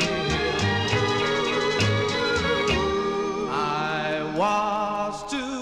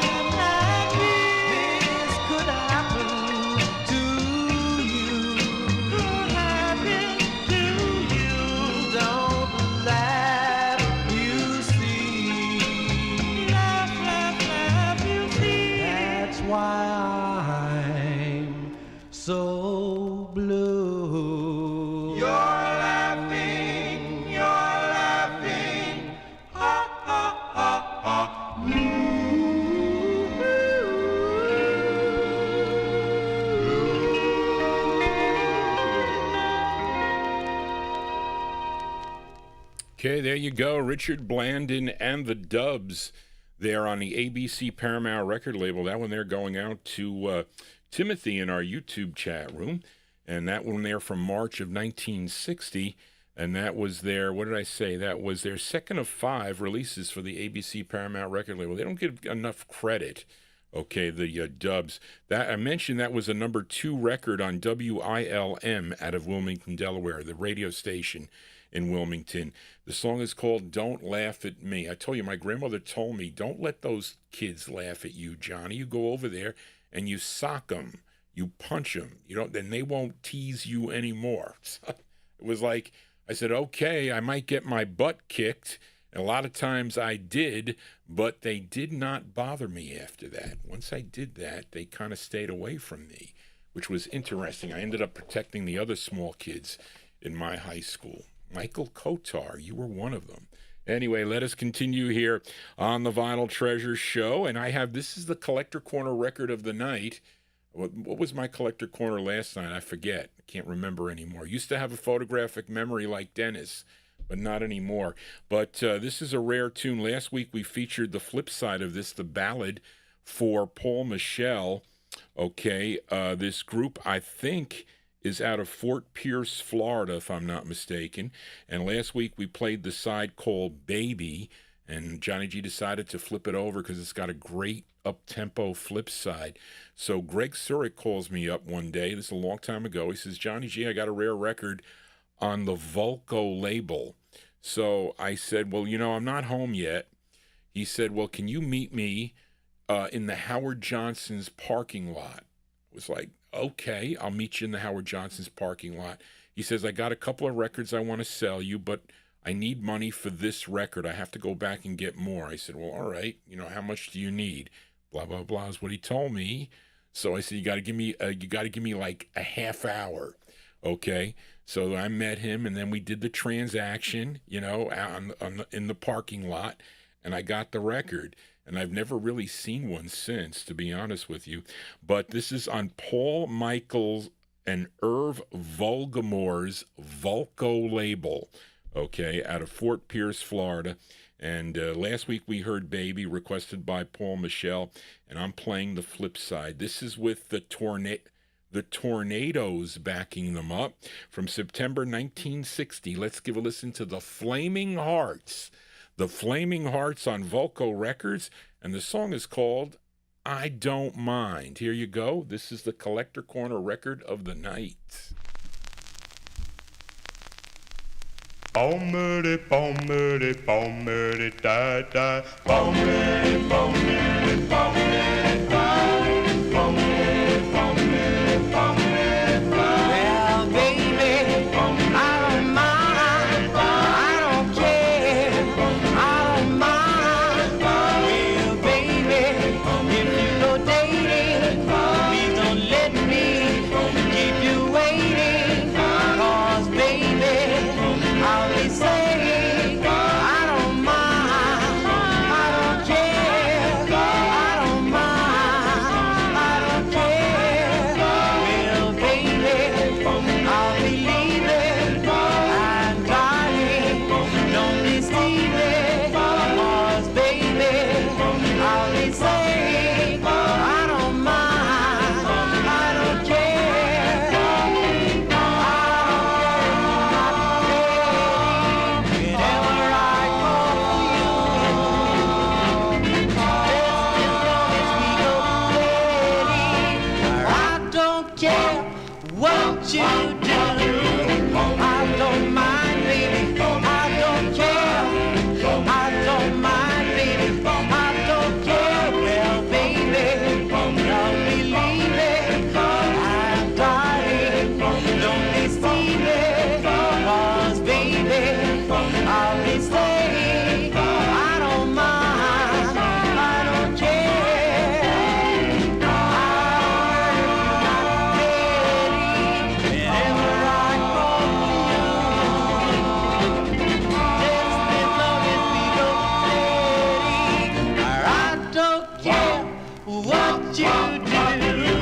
I don't mind, baby. I don't care. I don't mind, baby. I don't care. I don't mind, baby. I don't care. I don't mind, baby. I don't care. I don't mind, baby. Okay, that's Johnny G's Collector Corner record for a Sunday evening there. So you can check that out. They're expensive records in the price guides. It is but September 1960. They're called the Flaming Hearts. Flaming Hearts on the Vulco label. The song is called I Don't Mind. Well, I don't mind if you send Johnny G a number of requests here. Email me at vinyltreasures@aol.com, and I don't mind if you subscribe to my YouTube page. Let us continue now. Let's move. We are in the 1960 block. We're going to do a comparison now. I'm going to play songs back to back, okay? Did that last night a few times. I'm going to do it twice tonight. We're going to do it in the 1963 block too. But anyway, this is a request for Wayne Pigna, okay? Wayne Pigna, and this is a big hit. And many of you should know this group from Los Angeles, California. Okay, this was a number 7. This was number 7 on Cashbox, number 6 on Billboard. Now, the group members here were Marv Rosenberg, who co-wrote this tune, Richard Klasky, and there's one more guy. I mean, there were 3 guys. Well, the lead singer of this group, his name is Jim Stevens. I listened to an article they did. It was very not an article. On YouTube, they're being interviewed. I don't know who, but how they got on Johnny Otis's Eldo label, I don't know if they were talking about it, but they did.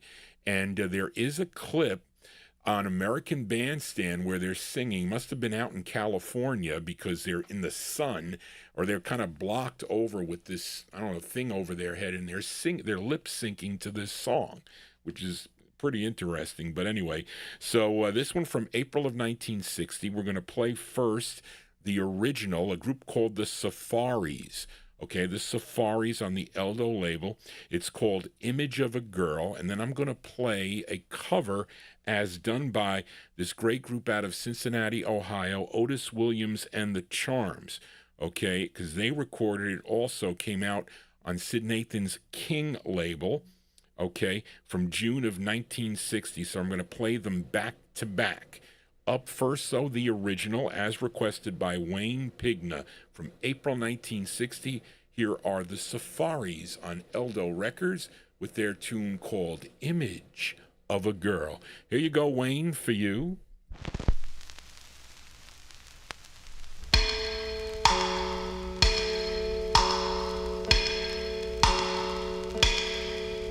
As I lie awake, resting from the day, I can hear the clock passing time away.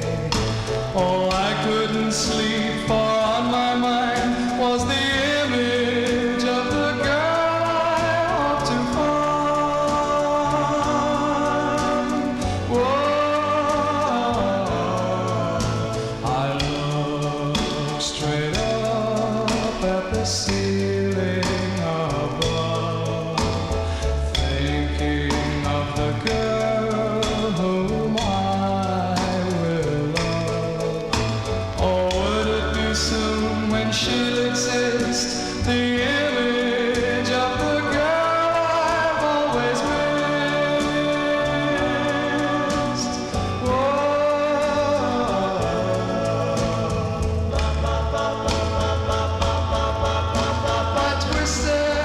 And I turned, trying to sleep. All I could do was only to weep.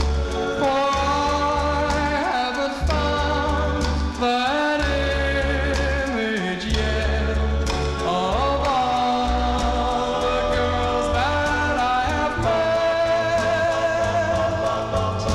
And now the clock is still passing time, and I know someday that she will be mine. And I know she'll always bring me love, for she's the image of the girl I love.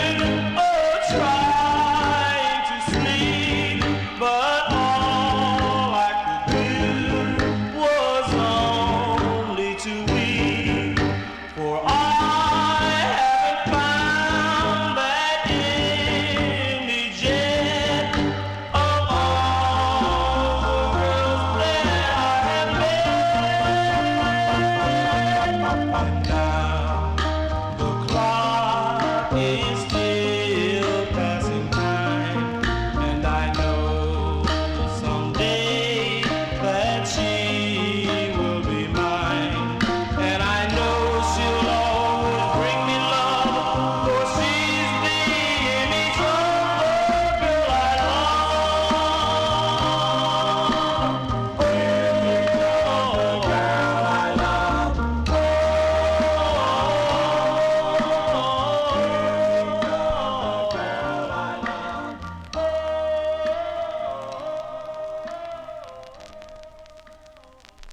Okay, folks, there you go. That is cover tunes here on the Vinyltreasure show. That is Otis Williams and the Charms version of the Safaris tune Image of a Girl. Came out on Sid Nathan's King label, June 1960 release. Prior to that, we heard a request for Wayne Pigna in our YouTube chat room from April of 1960. The original version with John Stevens on lead, Image of a Girl. That's on Johnny Otis's Eldo label. And I think that was the biggest hit for the label there, I think. But there's other things on the Eldo label that are pretty good, too. Johnny G is your Sunday night disc jockey. You like these comparisons that I do? If you do, you can email Johnny G. If you have some suggestions, email me, and I'll spin them here on the program. I usually, if I think about it last minute, I will go and pull it, and we'll do a comparison here. But anyway, let us continue now, and let's fill a request for John Engstrom in California. John, is getting hard. Okay, I found some other records on your list. I cannot play them. Okay, I'll have to let you know what they are, but they are unplayable. Because I run so many labels, I got to check some of the other things.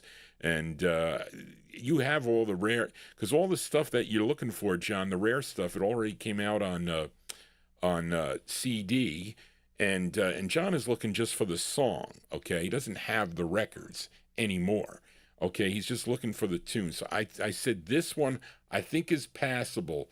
I'm not going to play the flip side, though, so don't ask me for the flip side. I'm not playing it. But I will play this side. Okay, we are in 1960. This is a label out of Hollywood, California. It's called Unical, Unical.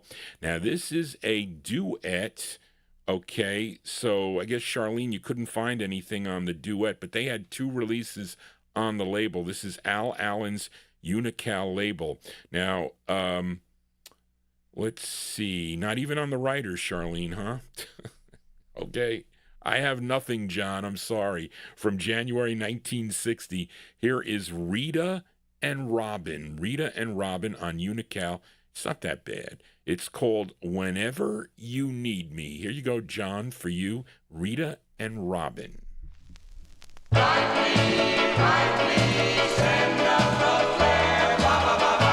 Write me a letter, send up a flare. Call and I'll hear you, and I'll be there. Wherever you are, whenever you need me. Tell me you're lonely, frightened or blue.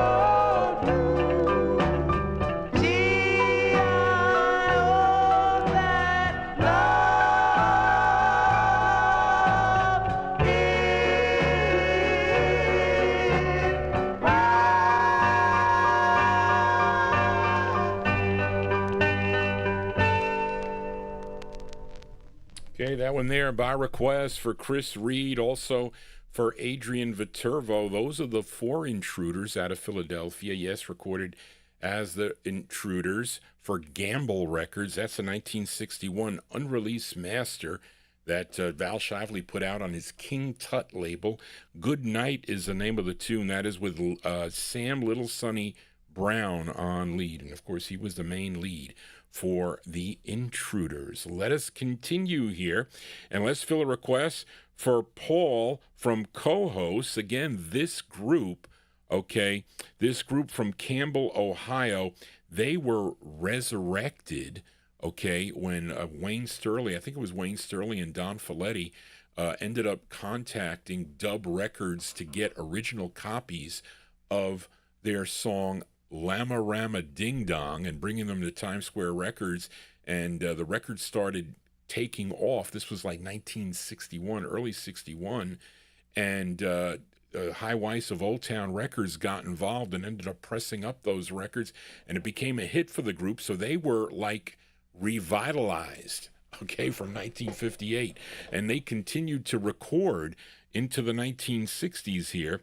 And of course, they were named after a failed automobile. So for you automobile fiends out there, I never rode in the Etzel. What is that, a Ford Etzel? Ford Motor Company put out the Etzel.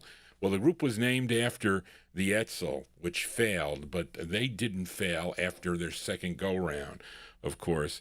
But anyway,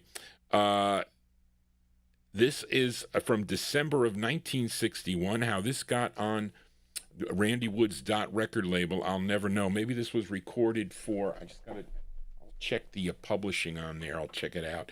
But anyway, this record charted number 44 on WHOT in Youngstown, Ohio.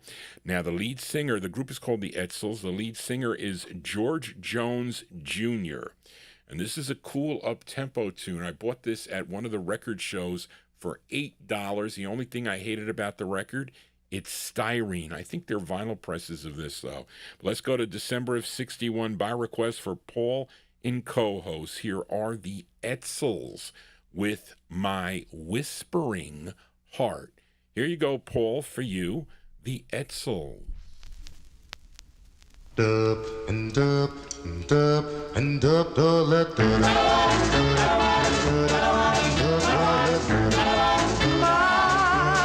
whispering heart is telling on you, telling all the things that you say or do. I've always wanted you, but my heart tells me you're not true. I should have known from the start, thanks to my whispering heart. Well, I've always been back, always been down. I can't get you out of my mind. My whispering heart, yes, has told me what to do.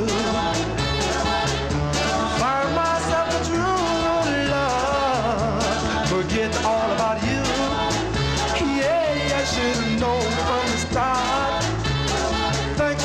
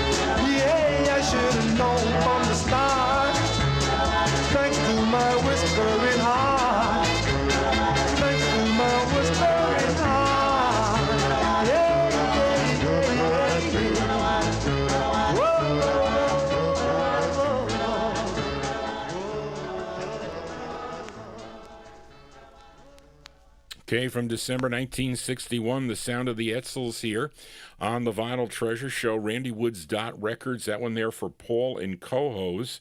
That is George Jones Jr. on lead. My Whispering Heart is the name of the tune. Yes, Dennis Fawcett, you are correct. Kind of like taking it from the Dell Vikings, Whispering Bells. Let me see. This is, Jimbo Publishing. Produced by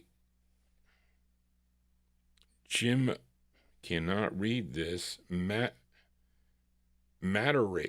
and Dell.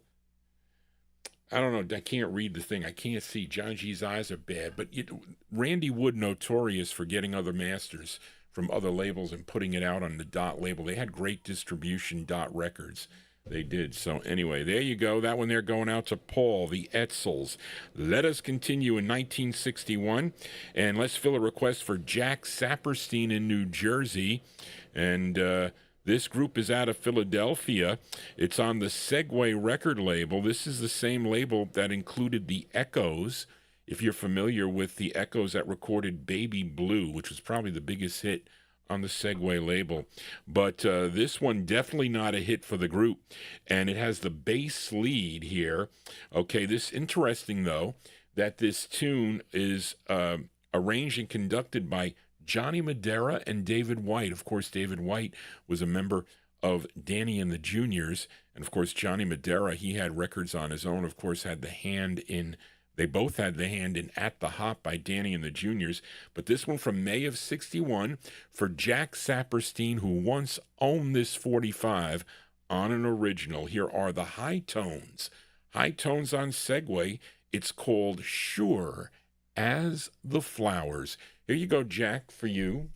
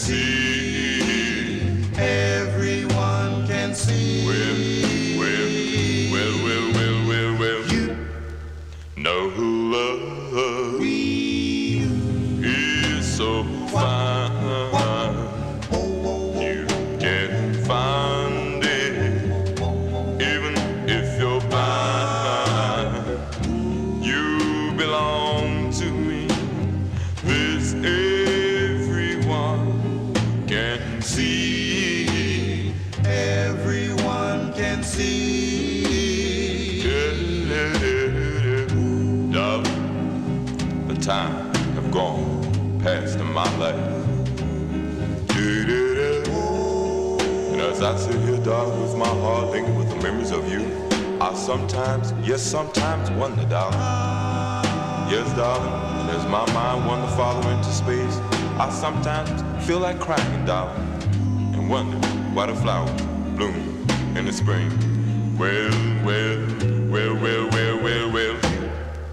no love is so fine, you can find it, even if you're blind. You belong to me, this everyone can see, everyone can see.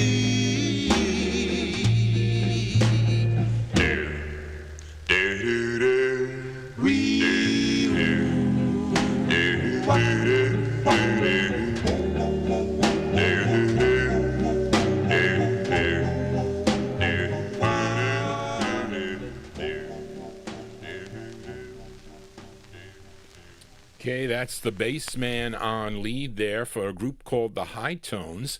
And that one there from May of 1961 on Segway Records out of New York City. That's going out to Jack Saperstein. Sure as the Flowers is the name of the tune. We got a lot of flowers around here, but John G has no time to water them.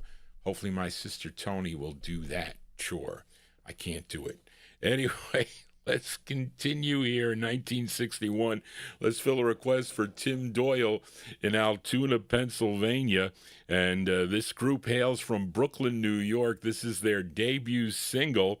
Okay, they were students at Madison High School at the time, and their manager, his name Stallman Johnson, ended up writing both sides of this 45 and was able to get them a contract with Sidney Siegel's Seco label. Okay, there's a lot of Spanish records on the Seco label, and it's kind of like exotica stuff, which I have. Do you know there's one on there by, well, I think it's John Galindo. I think it is. Okay, I should get that record down here. I think it's John or Bobby, I forget. But it definitely is my last name. But I'm really Italian. I'm not Spanish, the name. Okay, my name originally for my ancestors came from Spain and settled in Italy. Okay, so the name is really Spanish, but I am of Italian descent. My father came in this country in 1954, and he was drafted right away, right at the end of the Korean War.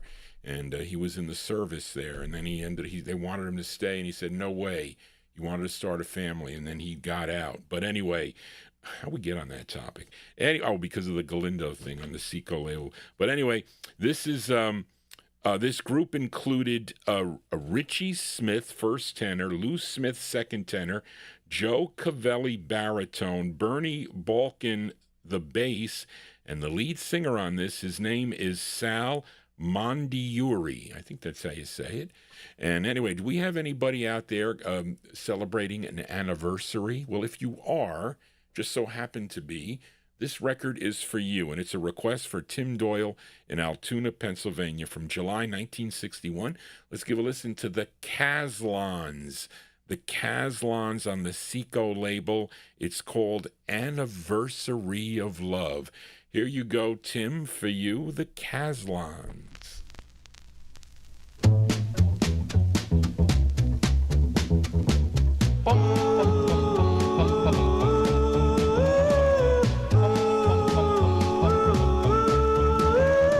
Nice to have you close to me. It is our anniversary of love, love, love, love, la la la la la la. Just a year ago today, we promised we would always stay in love, love, love, love, la la la la la la la.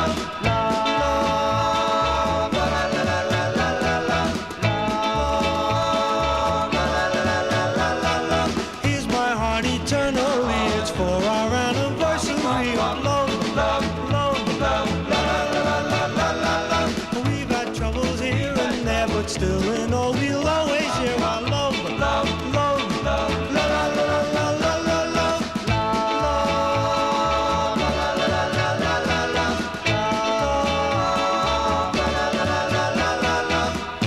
I began my life the day that I first kissed you. Darling, anytime you're gone, I find I missed you so.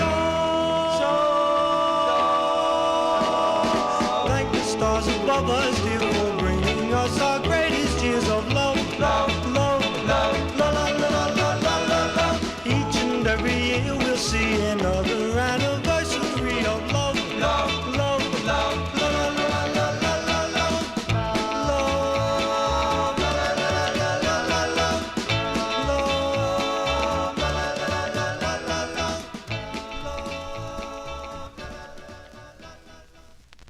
Okay, folks, there you go. That is the sound of the Caslons. The Caslons, it's on a label called Seco Records. That's Eddie Heller's Seco record label out of New York City. July 61 release. Anniversary of Love is the name of the tune. For you collectors out there, this is the true first press with this, instead of the multicolor like Seco logo, it's like red, yellow, red, yellow, and white, I think. I forget, but it's like a multicolor Seco label. That is, I don't know why. Don't ask me why. I have both. Okay, normally when I would find this record in the wild, it was with the colorful logo. Let us continue here. We are in this is the last record out of 61, as we go to Chicago now and fill a request for listener Ronnie Sherman. Now, this is on Armand Jump Jackson's LaSalle label out of Chicago, Illinois. And the lead singer of this group was the first lead singer of the Flamingos, if you're and also of the Moroccos, if you're familiar with Solly McElroy. He is the lead singer of this group. Okay, they are known as the Chanteurs. I think I said that right. Chanteurs, Chaunteurs, or however you pronounce that, or is that Chantays? Whatever. But this is from April of 61, okay, and this is with King Kolax and his band. Okay, now the group would have one more release for VJ Records in 1963, of course, and 3 members of this group would later record with the Shy-Lights. But this one is an early one here from April 61, the Chanteurs, or Chantiers Tours, I guess, for Ronnie Sherman. It's called Wishing Well. Solly McElroy on lead. Here you go.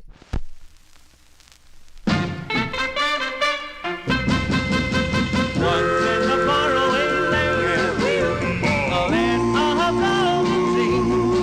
Oh, I was standing by, wishing well, you came by and cast a spell. Once in a faraway land, a land of golden dreams. All the birds started singing, the bells started ringing, our lips started burning, and our hearts started yearning, 'cause you came by and cast a spell.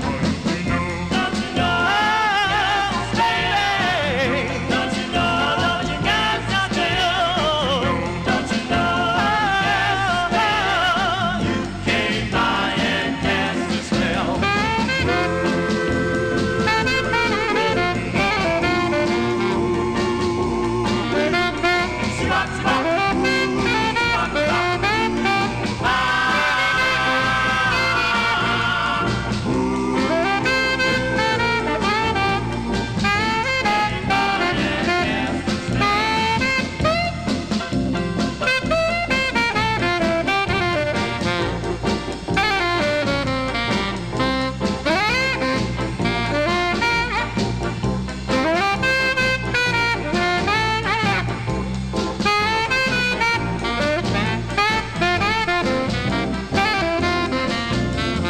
Now we're together at last, darling, the fire and the past. We'll never stop loving, we'll never stop hugging. Our lips won't stop burning and our hearts won't stop yearning, 'cause you came by and cast a spell. Don't you know, baby? Don't you know, don't you know, don't you know? Don't you know, yes, you came by and cast a spell. Don't you know, don't you know, pretty baby? Don't you know, you're my pretty baby? Don't you know, don't you know, don't you know, you came by and cast a spell. Don't you know?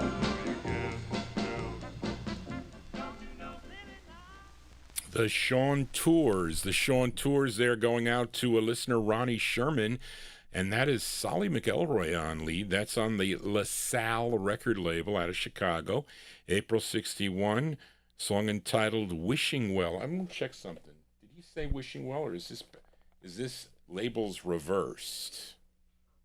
No, because the other side, I was wondering why. Did he say Wishing Well at all? Because the other side's called New Rockin' Baby. Just check something here. Sometimes John G getting embarrassed by these record companies. This is A103, and that's what it is. So I did it right. I don't just remember him saying Wishing Well in there. But anyway, doesn't matter. Let us continue. We are in 1962. Let's go out to Los Angeles, California now.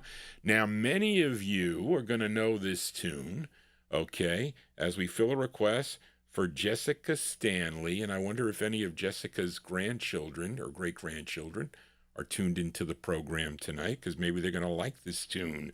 Of course, this group included Al Frazier, John Harris, Carl White, and Turner Wilson.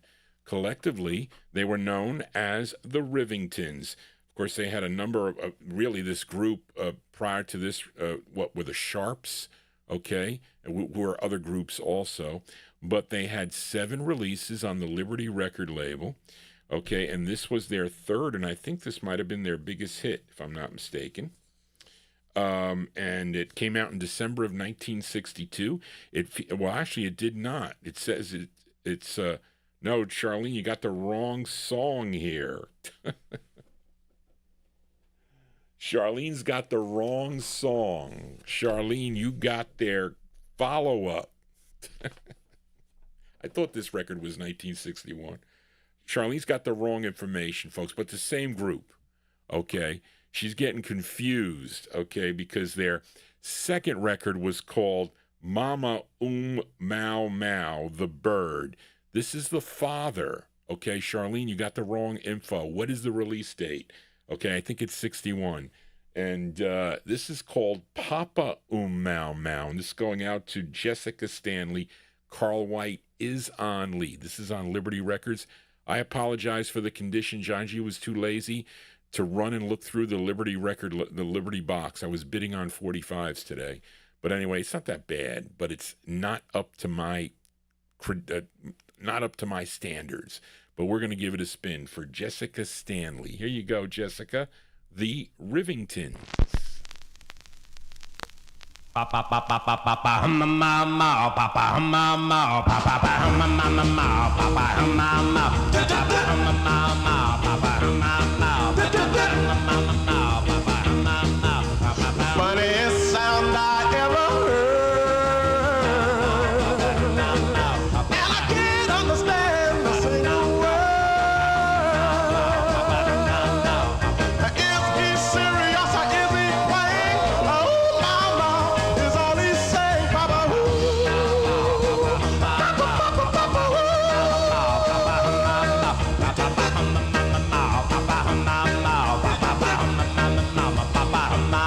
I said, hey there, Papa, what's your name?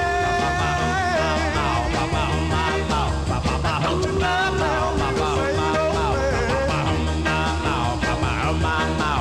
The word you saying I can't figure out, but you got a sound make me stomp and shout, Papa.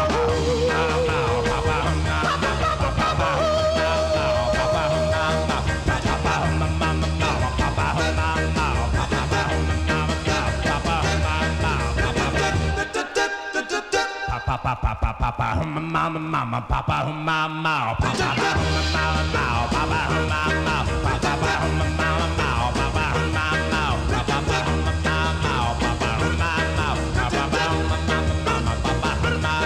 now hear this sound everywhere I go.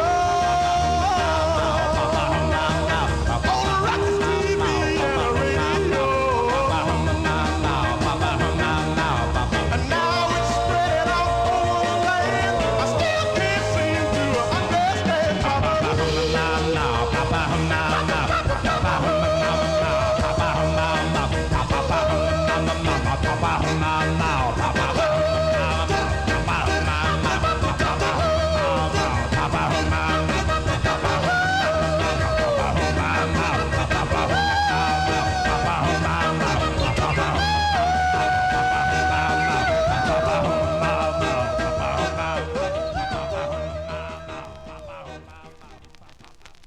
Okay, that's Charlene's got the wrong info on here.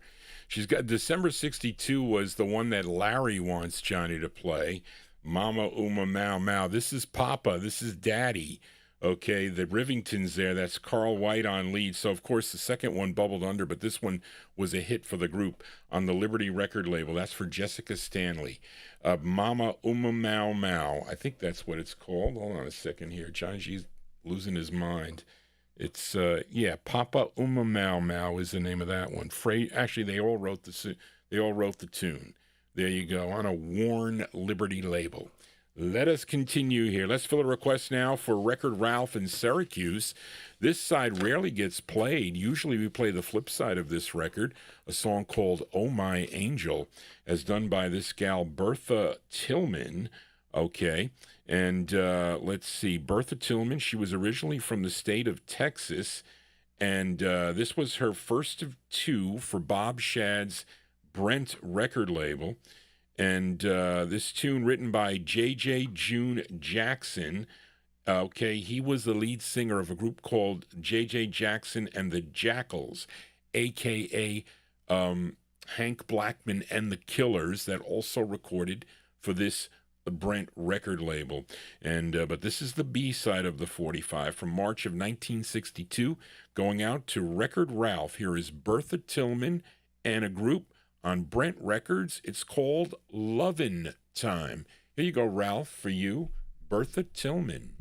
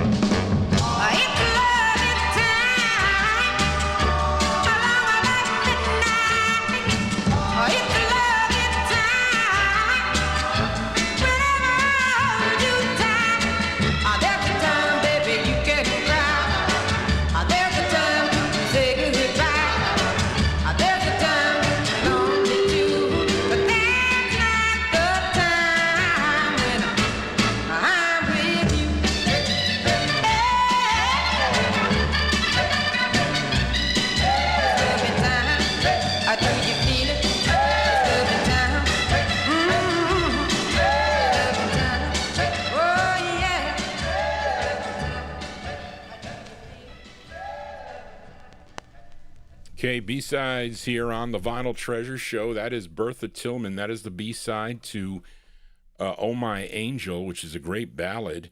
And that one there called Lovin' Time, going out to Record Ralph in Syracuse, March 62 release on the Brent record label.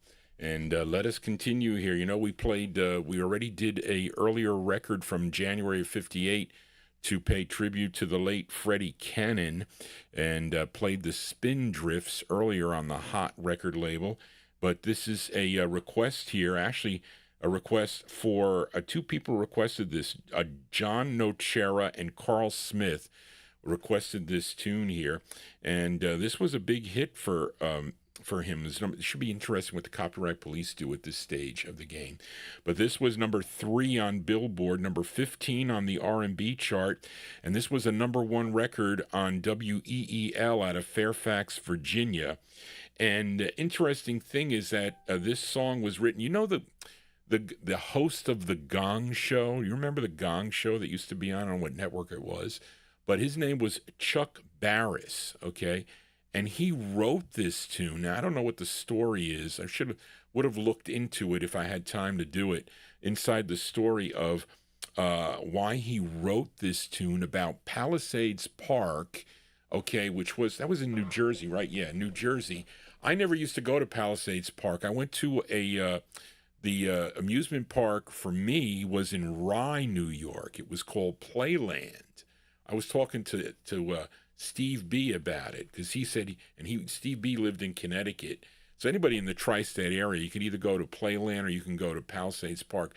But I never went to Palisades Park. I would have loved to because Cousin Brucey would be there and they would have all these groups from the early 1960s. Bill was telling me the Ronettes were there, Randy and the Rainbows. All these groups would perform on stage for the people there, and they would going on all the rides and whatnot. But Freddie Cannon has this, I didn't call this the theme song to the Palisades Amusement Park. I forget who does it, but WABC Radio in New York used to play a theme. There was an advertisement. Palisades with the rides, come on over was the advertisement for that amusement park.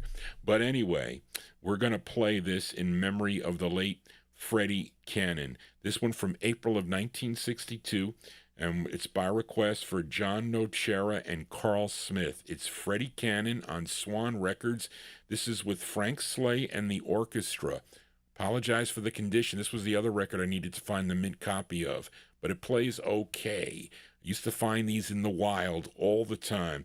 Here is Freddie Cannon with the late Freddie Cannon with Palisades Park. Here we go for John and Carl. Here you go.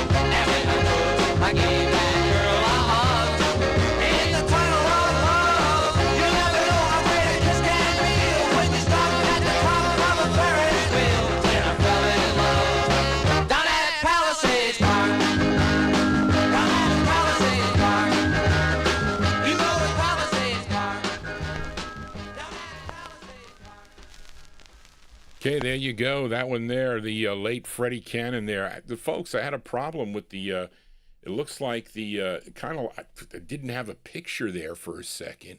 It looks like it came on a lag. It's telling me that something's going on. I had problems with the internet today for some reason, even on Facebook, couldn't get on. Last night I couldn't get on Facebook. Today when I was making bids on eBay, it actually messed me up on a record on the Swan label that I was going to win, and I couldn't get it back on again. So that kind of messed me up. I was not happy with that, but something happened right now, and it's delayed. It really is delayed now. But anyway, it looks like it's back to normal. But anyway, there you go. I'm sure those of you that were listening to the radio at the time, this one came out in April of '62. This was his 14th release for the Swan record label, and that one there going out to John Nocera and also for Carl Smith. Freddie Cannon and the Palisades Park is the name of the tune as we remember the late Freddie Cannon. Let us continue here. And there was all these rash of deaths, okay, with these musicians. I don't know if anybody saw this because I missed this one too. My high school classmate Robert Neal mentioned this in an email to me yesterday. Songwriter, does anybody know Joe Melson? Did you ever hear of Joe Melson? Well, you should have. He passed away on July 1st of 2026 at the age of 91. Now, he was best known as the writing partner with Roy Orbison, co-writing all those cool tunes, those early sides on the Monument label with Roy Orbison, like Only the Lonely and Blue Angel and Crying and a whole bunch of other things. But they said he died from natural causes at his home in Nashville, Tennessee. Now, he was originally from Bonham, Texas? Now, he also recorded his own releases. Okay, beginning in 1960, he signed with Hickory Records. Okay, and he had about 7 releases on the Hickory label, I think. Then in 64, he would have a couple of releases on a label called EMP, and then one last release, which I think I have in the collection from 71. Okay, 71 on the Shoe label. But I decided to play in his memory, his 5th of 7 that he did for the Hickory label. And interesting because he didn't write this side. He wrote the flip side of the record, but this is the vocal group side, this record here. Okay, a tune written by John D. Loudermilk.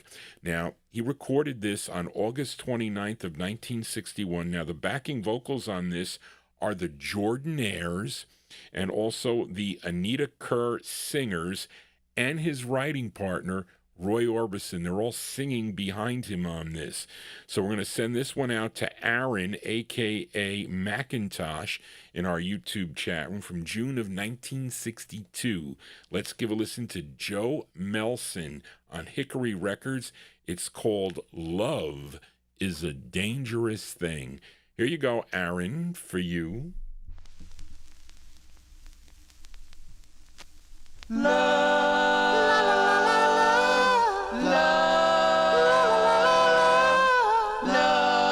is a dangerous thing. I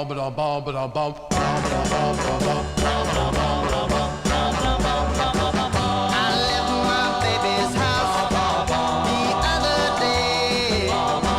Her goodbye kiss had put me in a daze. I got into my car to ride around.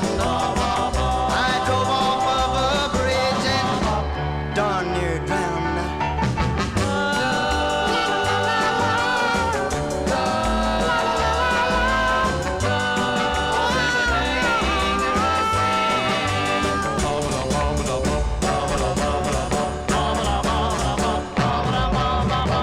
My baby and I were parked on a country road.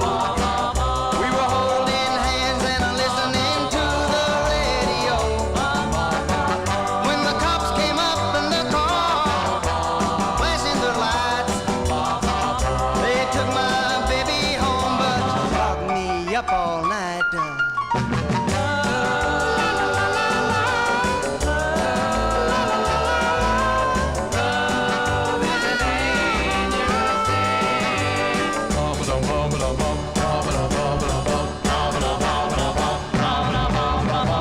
I took my baby sweet to the high school hall. We were having a ball until they played the bop. Well, we had the floor to ourselves till I stubbed my toe and I landed in front of everybody on my nose.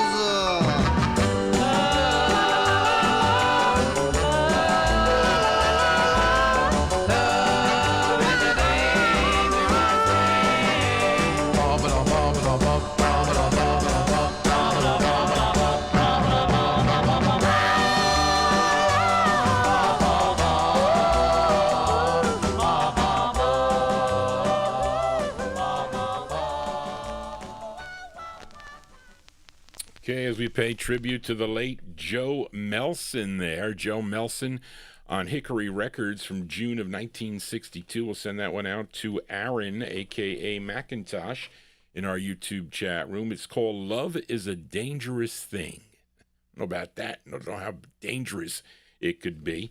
But anyway, there, the late Joe Melson. Let us continue here. Here's another comparison record we're going to do here. And this is actually a request for Paul Michel.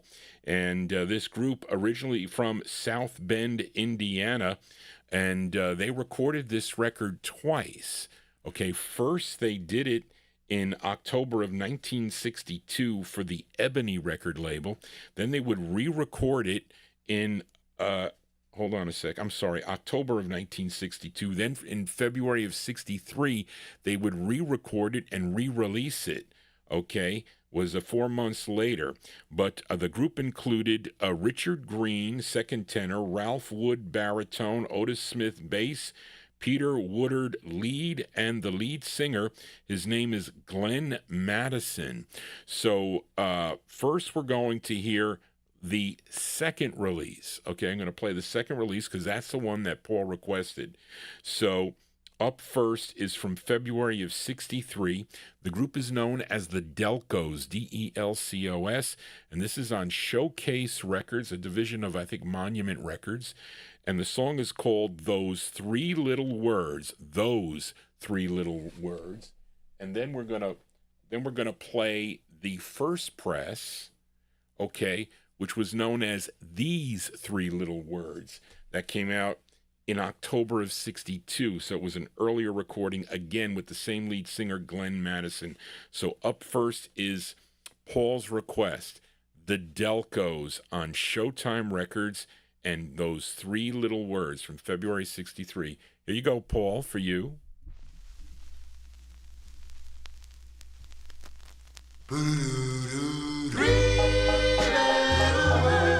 That's all I want to hear. That come from your lips, my dear. And they are, darling, I love you.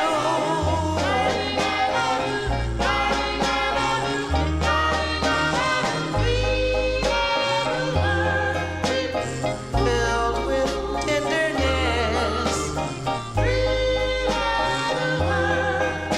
could bring such happiness. And they are, darling, I love you. Oh, I shed many a tear for these words that I wanted to hear. These words could bring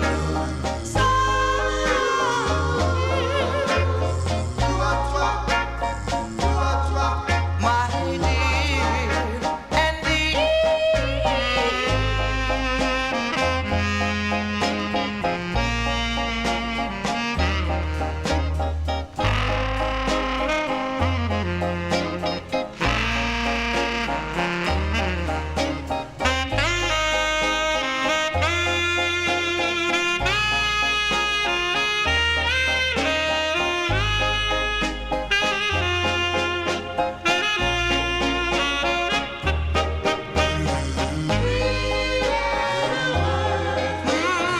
yeah, are so fine.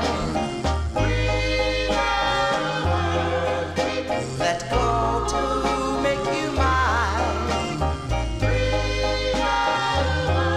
And they are, darling, I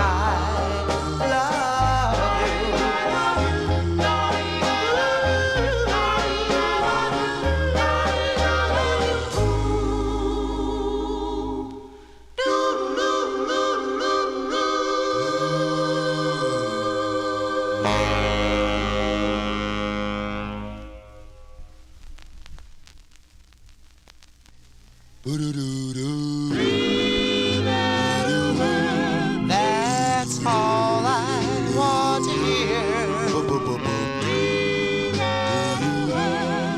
That come from your lips, my dear.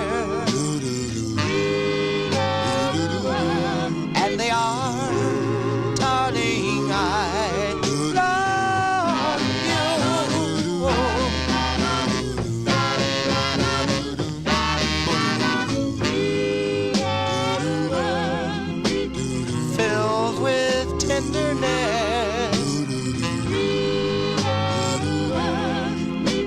could bring such happiness. And they are, darling, I love you. Whoa, I shed many a tear for these words that I wanted to hear. These words could bring such cheer. My dear, and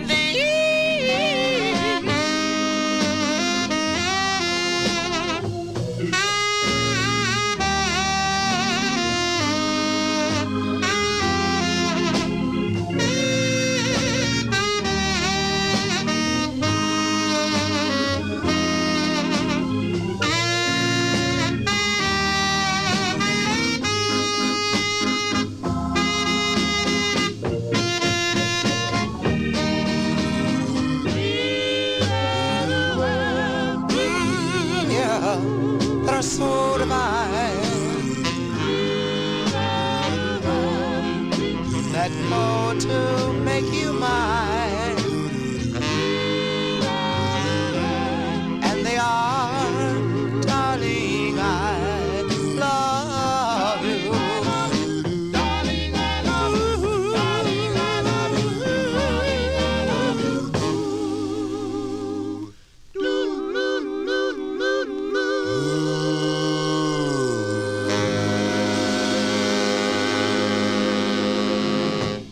Okay, you got two versions of that. That was the first version, okay, the first version that came out in October of 1962. They're called the Delcos, and the title was These Three Little Words, and that is with Glenn Madison on lead. Then I played the resung version in February of 63 on Showcase Records.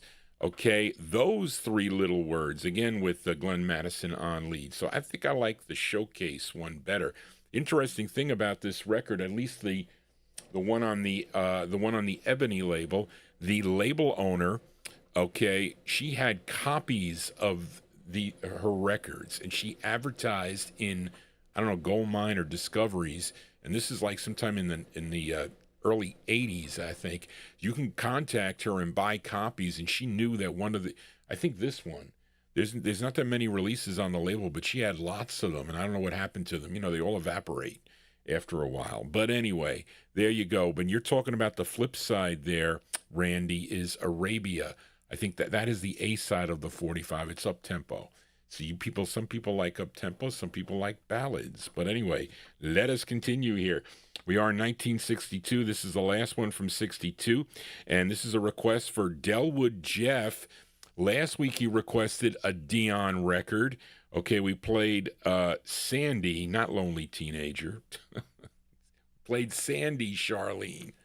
Okay, on Laurie Records. And this week he requested a release because after Laurie, I don't know what happened. Did he get disenchanted with Laurie, or did he kind of like skip out for a little bit, because the Laurie releases continued for a while, and this is a March 1963 release. This is actually his second release on the Columbia record label, a tune written by Jerry Goffin and Carole King.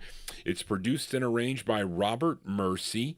It is Dion DiMucci. He is Dion, and at this time, I think that Columbia was using colors to differentiate their like rock and roll records from R&B and whatnot. But this is on the pink Columbia label, and they were putting caricatures, faces of the singers. You can get like Tony Bennett, and I don't know if I've seen anybody else. Tony Bennett I've seen, but this is Dion's faces on here. Now, this charted number 21 on Billboard, and this was a number 1 record on KXLR, if you were listening in Little Rock, Arkansas. From March 63, going out to Delwood Jeff, being backed up here by the Del Satins on this one. Here is Dion with his tune called This Little Girl. Here you go, Delwood Jeff, for you. people, don't you worry. I know what I'm doing. I know what love's all about. Oh, this little girl won't make a fool out of me, 'cause I'm gonna straighten her out. Pa pa pa oh.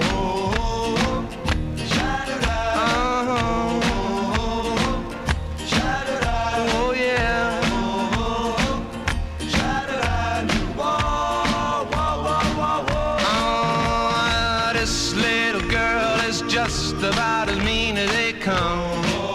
She is now. She don't even act nice, or once in a while like some.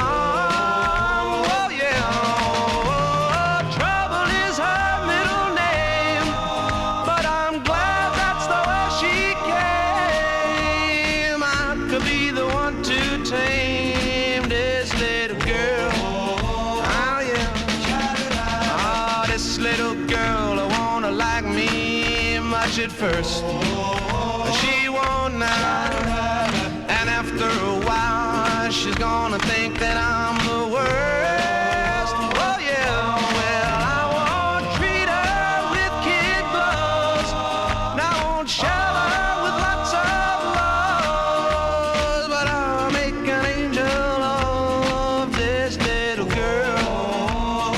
Oh, this little girl tries to make every guy her slave. Oh yeah, but this little man is gonna take her by the hand, and I'm gonna show her the way to behave. Oh, this little girl is kinda used to getting her way, but no more now. There'll be some changes made starting today.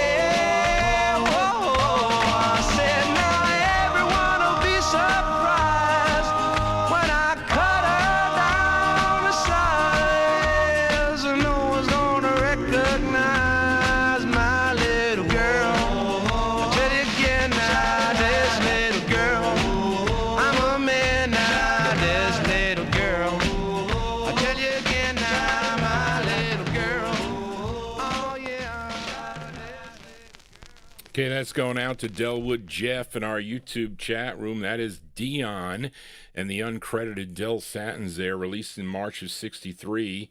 This Little Girl is the name of the tune, that one there on the Columbia. I said that's a vinyl press. That's what you want. You don't want that crappy styrene. You're going to wear your records out. You need the vinyl presses on the Columbias. The promos are what you got to focus on, you collectors out there. Let us continue here. We got 4 more records to go before we sign off here.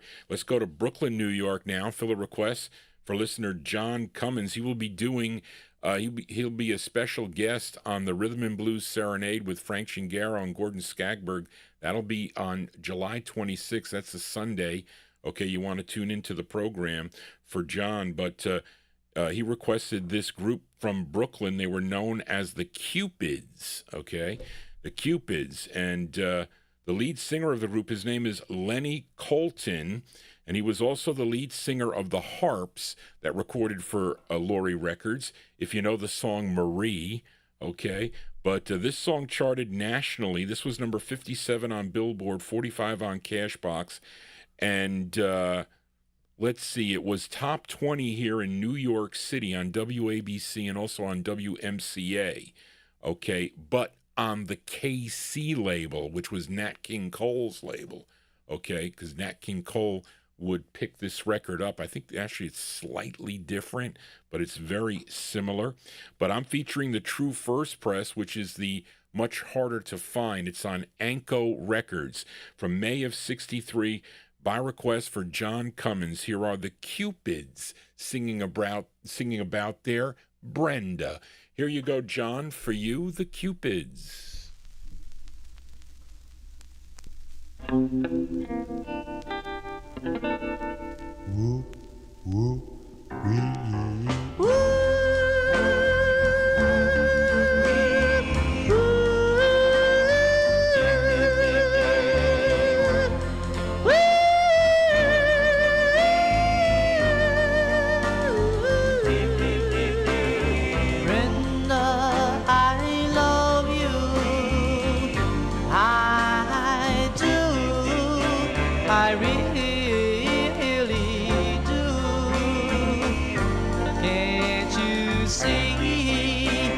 my love for you will never die. Oh, Brenda, Brenda, I dream of you now and every night. Can't you see that I need your love? Oh, Brenda,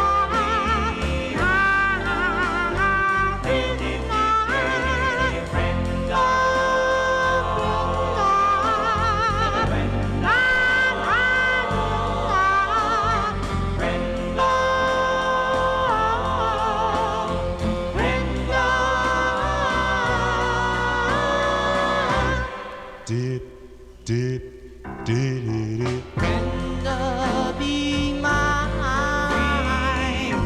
now and every night. Can't you see that I need your love? Oh,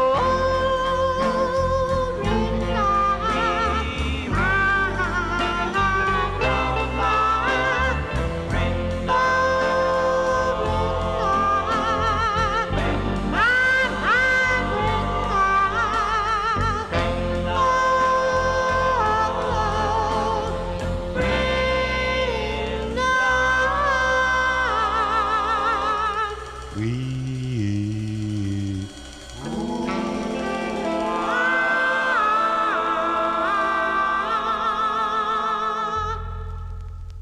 Okay, May 1963 release there. By request for John Cummins, featured the first press on the Anko label out of Brooklyn, New York, the Cupids. The Cupids, called Brenda, is the name of the tune, and that is with Lenny Colton. He's the lead singer on that. 3 more 45s to go before we sign off here. Let's move into 1964 now and fill a request for David Milfred as we go to Los Angeles, California, to Lummy Fowler's Lumtone record label. This is not an easy record to find on this Lumtone label. Now, there were 2 groups called the Upfronts. Okay, the initial group of Upfronts, they had 5 releases on the label between 1960 and 1962, and then they broke up. Now, you might know that Barry White, Barry White of 20th Century Fox disco fame, of all those all those My First, My Last, My Everything, Barry White, he was a member of the first Uptones group, okay?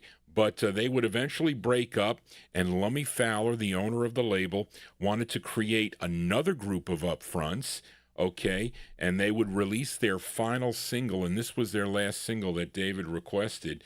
Now, this group of Upfronts previously recorded as the Precisions, that recorded for the Highland label, if you might know the song 8 Reasons Why. But in 1964, they would change their name to the Upfronts, and this is from March of 64. Here are the Upfronts on Lumtone for David Milfred. It's called Most of the Pretty Young Girls. Here you go, David, for you, the Upfronts.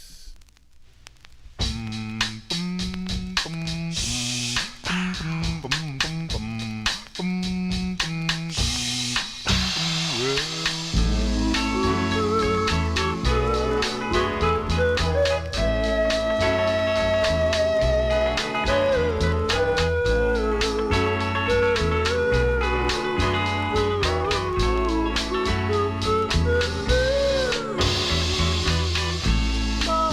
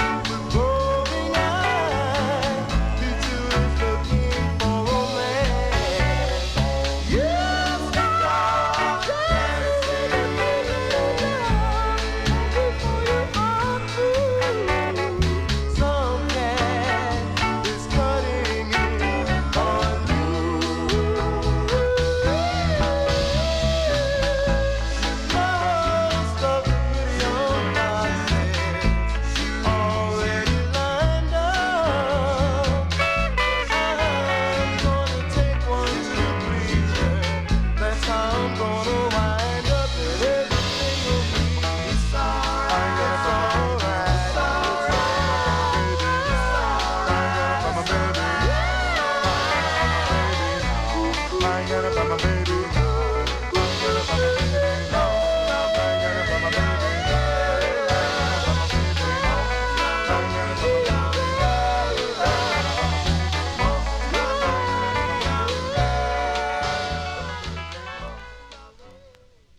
Okay, there you go. That one there going out to David Milfred in our YouTube chat room. Got to say hi to Mrs. Milfred, and also I hope your two little puppies are not giving you that much of a problem.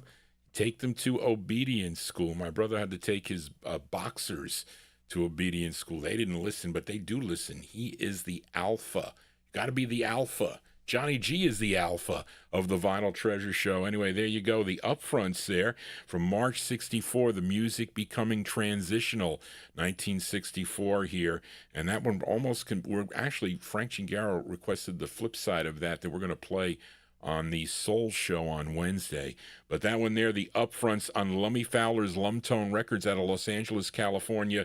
Most of the pretty young girls going out to a David Milfred. Let us continue here. 2 more 45s to go. Wow, Bill Sheriff staying up this late to listen to the program. And I got to hand it to you, Bill, really. But this is a request for Bill Sheriff in our YouTube chat room. Now, I know some of you collectors out there are familiar with the Vintage record label out of Anaheim, California. That label owned by Art Turco, and he was also what was he also involved? He had like a oh geez, Johnny, Charlene doesn't know. Used to be able to do auctions. Oh, what was it called? I know somebody's got to be in my chat room that knows that. Maybe I don't have any collectors. He used to have, it'll come to me. I can't think. Johnny G's drawing a blank. But anyway, he was able to get some master tapes from Al Brown, I guess in the 70s sometime, 74 for this release. But there's a whole series of these colored vinyl vintage releases. I think I have them all now, is what I have. But I was talking to Bill about it, and he said, Johnny, there's some really good records on there that maybe you can play on the program. I said, well, tell me one of your favorites. So he said he likes this one. I can't tell you much about the group, but it's probably someone that was definitely recorded by Al Brown. Okay, of course, he was a band leader. He was involved with, the Crests, the early Crests on the Joyce label, etc. And Record Exchanger. Thank you, Larry. Record Exchanger. And Larry, you're not really a record collector, right? Well, you have records, but I'm surprised. There you go. Anyway, so this one came out in 1964, but it was recorded 54. It was recorded came out in 1974. It was recorded in 1964. That's what I wanted to say. And this is a request for Bill Sheriff in our YouTube chat room. And this is a cover of the Moonglows record, Most of All. So here you go, Bill, for you, the Rovers on Vintage Records and their rendition of the tune, Most of All. Here you go, Bill, for you.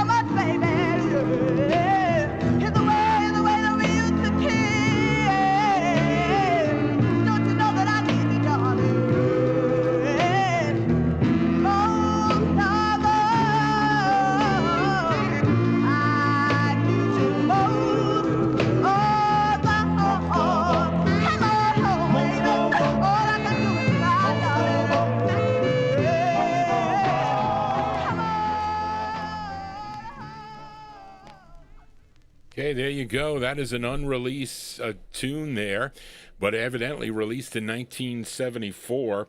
A group called the Rovers. Maybe that was made up. Who knows? I don't know. But the Rovers there doing the Moonglows tune, Most of All. That is on Art Turco's Vintage label out of Anaheim, California, and that is by request for listener Bill Sheriff. That's going to do it for Johnny G and the Vinyltreasure Show. I've already been on too long. Johnny G on too long. I had to take back requests. I had to push them back up. I took my bonus tracks out and whatnot. I added some things because of the tribute records tonight, folks. But I want to thank everybody for tuning into the show tonight. Hope you dug what you heard. You know we play the records by year on the weekend shows. I'll be back on Wednesday night. We'll be live on oldiesandmoreradio.com and also live on the YouTube stream for the Soul Show. So if you have a request you want to make on a future Vinyltreasure show, email me at vinyltreasures@aol.com. Don't shout it out in the chat room. They won't count. I'm just telling you, they won't. But anyway, thank you all. Thank you, Charlene, for your help. We're going to close the show tonight with a request for Adrian Viterbo in our YouTube chat room. This record released in February of 1965. The group is out of Newport News, Virginia. It's on a label called Hilton Records. Okay, this is Little Maxine with the Covinas. And the Dynatones are providing the instrumentation. It's from February 65. It's called Thanks for the Memories. Who said that? Was that, who did Thanks for the Memories? Was that, who was that? Not Joey Bishop. Who said, what's his name? The comedy, I can't think. Anyway, but whoever said Thanks for the Memories, that's what we're going to say. Hopefully, Johnny G bringing you some memories here with a lot of these records that I featured here. But February 65, our closer, Little Maxine and the Covinas on the Hilton record. Bob Hope. Thank you, Darrell Letts. Bob Hope. Thanks for the memories. Well, this is for Adrian Viterbo. Little Maxine and the Covinas on Hilton Records. Thanks for the memories. That's going to do it, folks. Johnny G is out of here. I'll see you next time right here on the Vinyltreasure Show. Have a safe and happy week. So long, everybody. Here you go.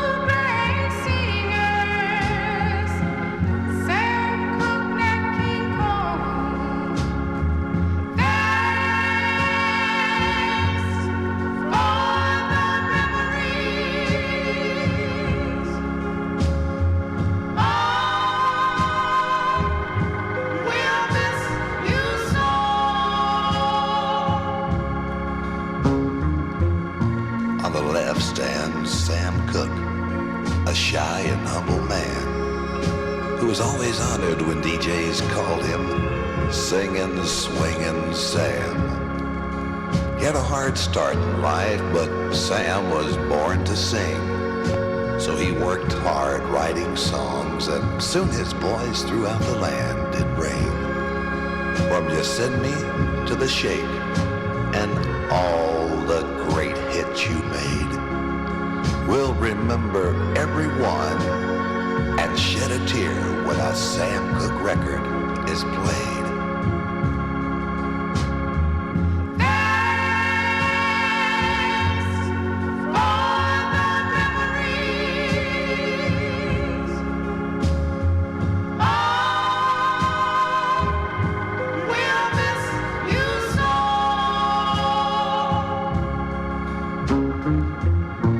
On the right stands a wonderful man, and the whole world knows his fame. Hit after hit, year after year, gold records by Nat King Cole's name. Mona Lisa, Ramblin' Rose, there's so many that we could add. And his velvet tone with a song could make you happy or sad. Now, singers are gonna come, and singers are gonna go, and we'll love the songs they sing. But deep down in our hearts, you'll always remain the wonderful, wonderful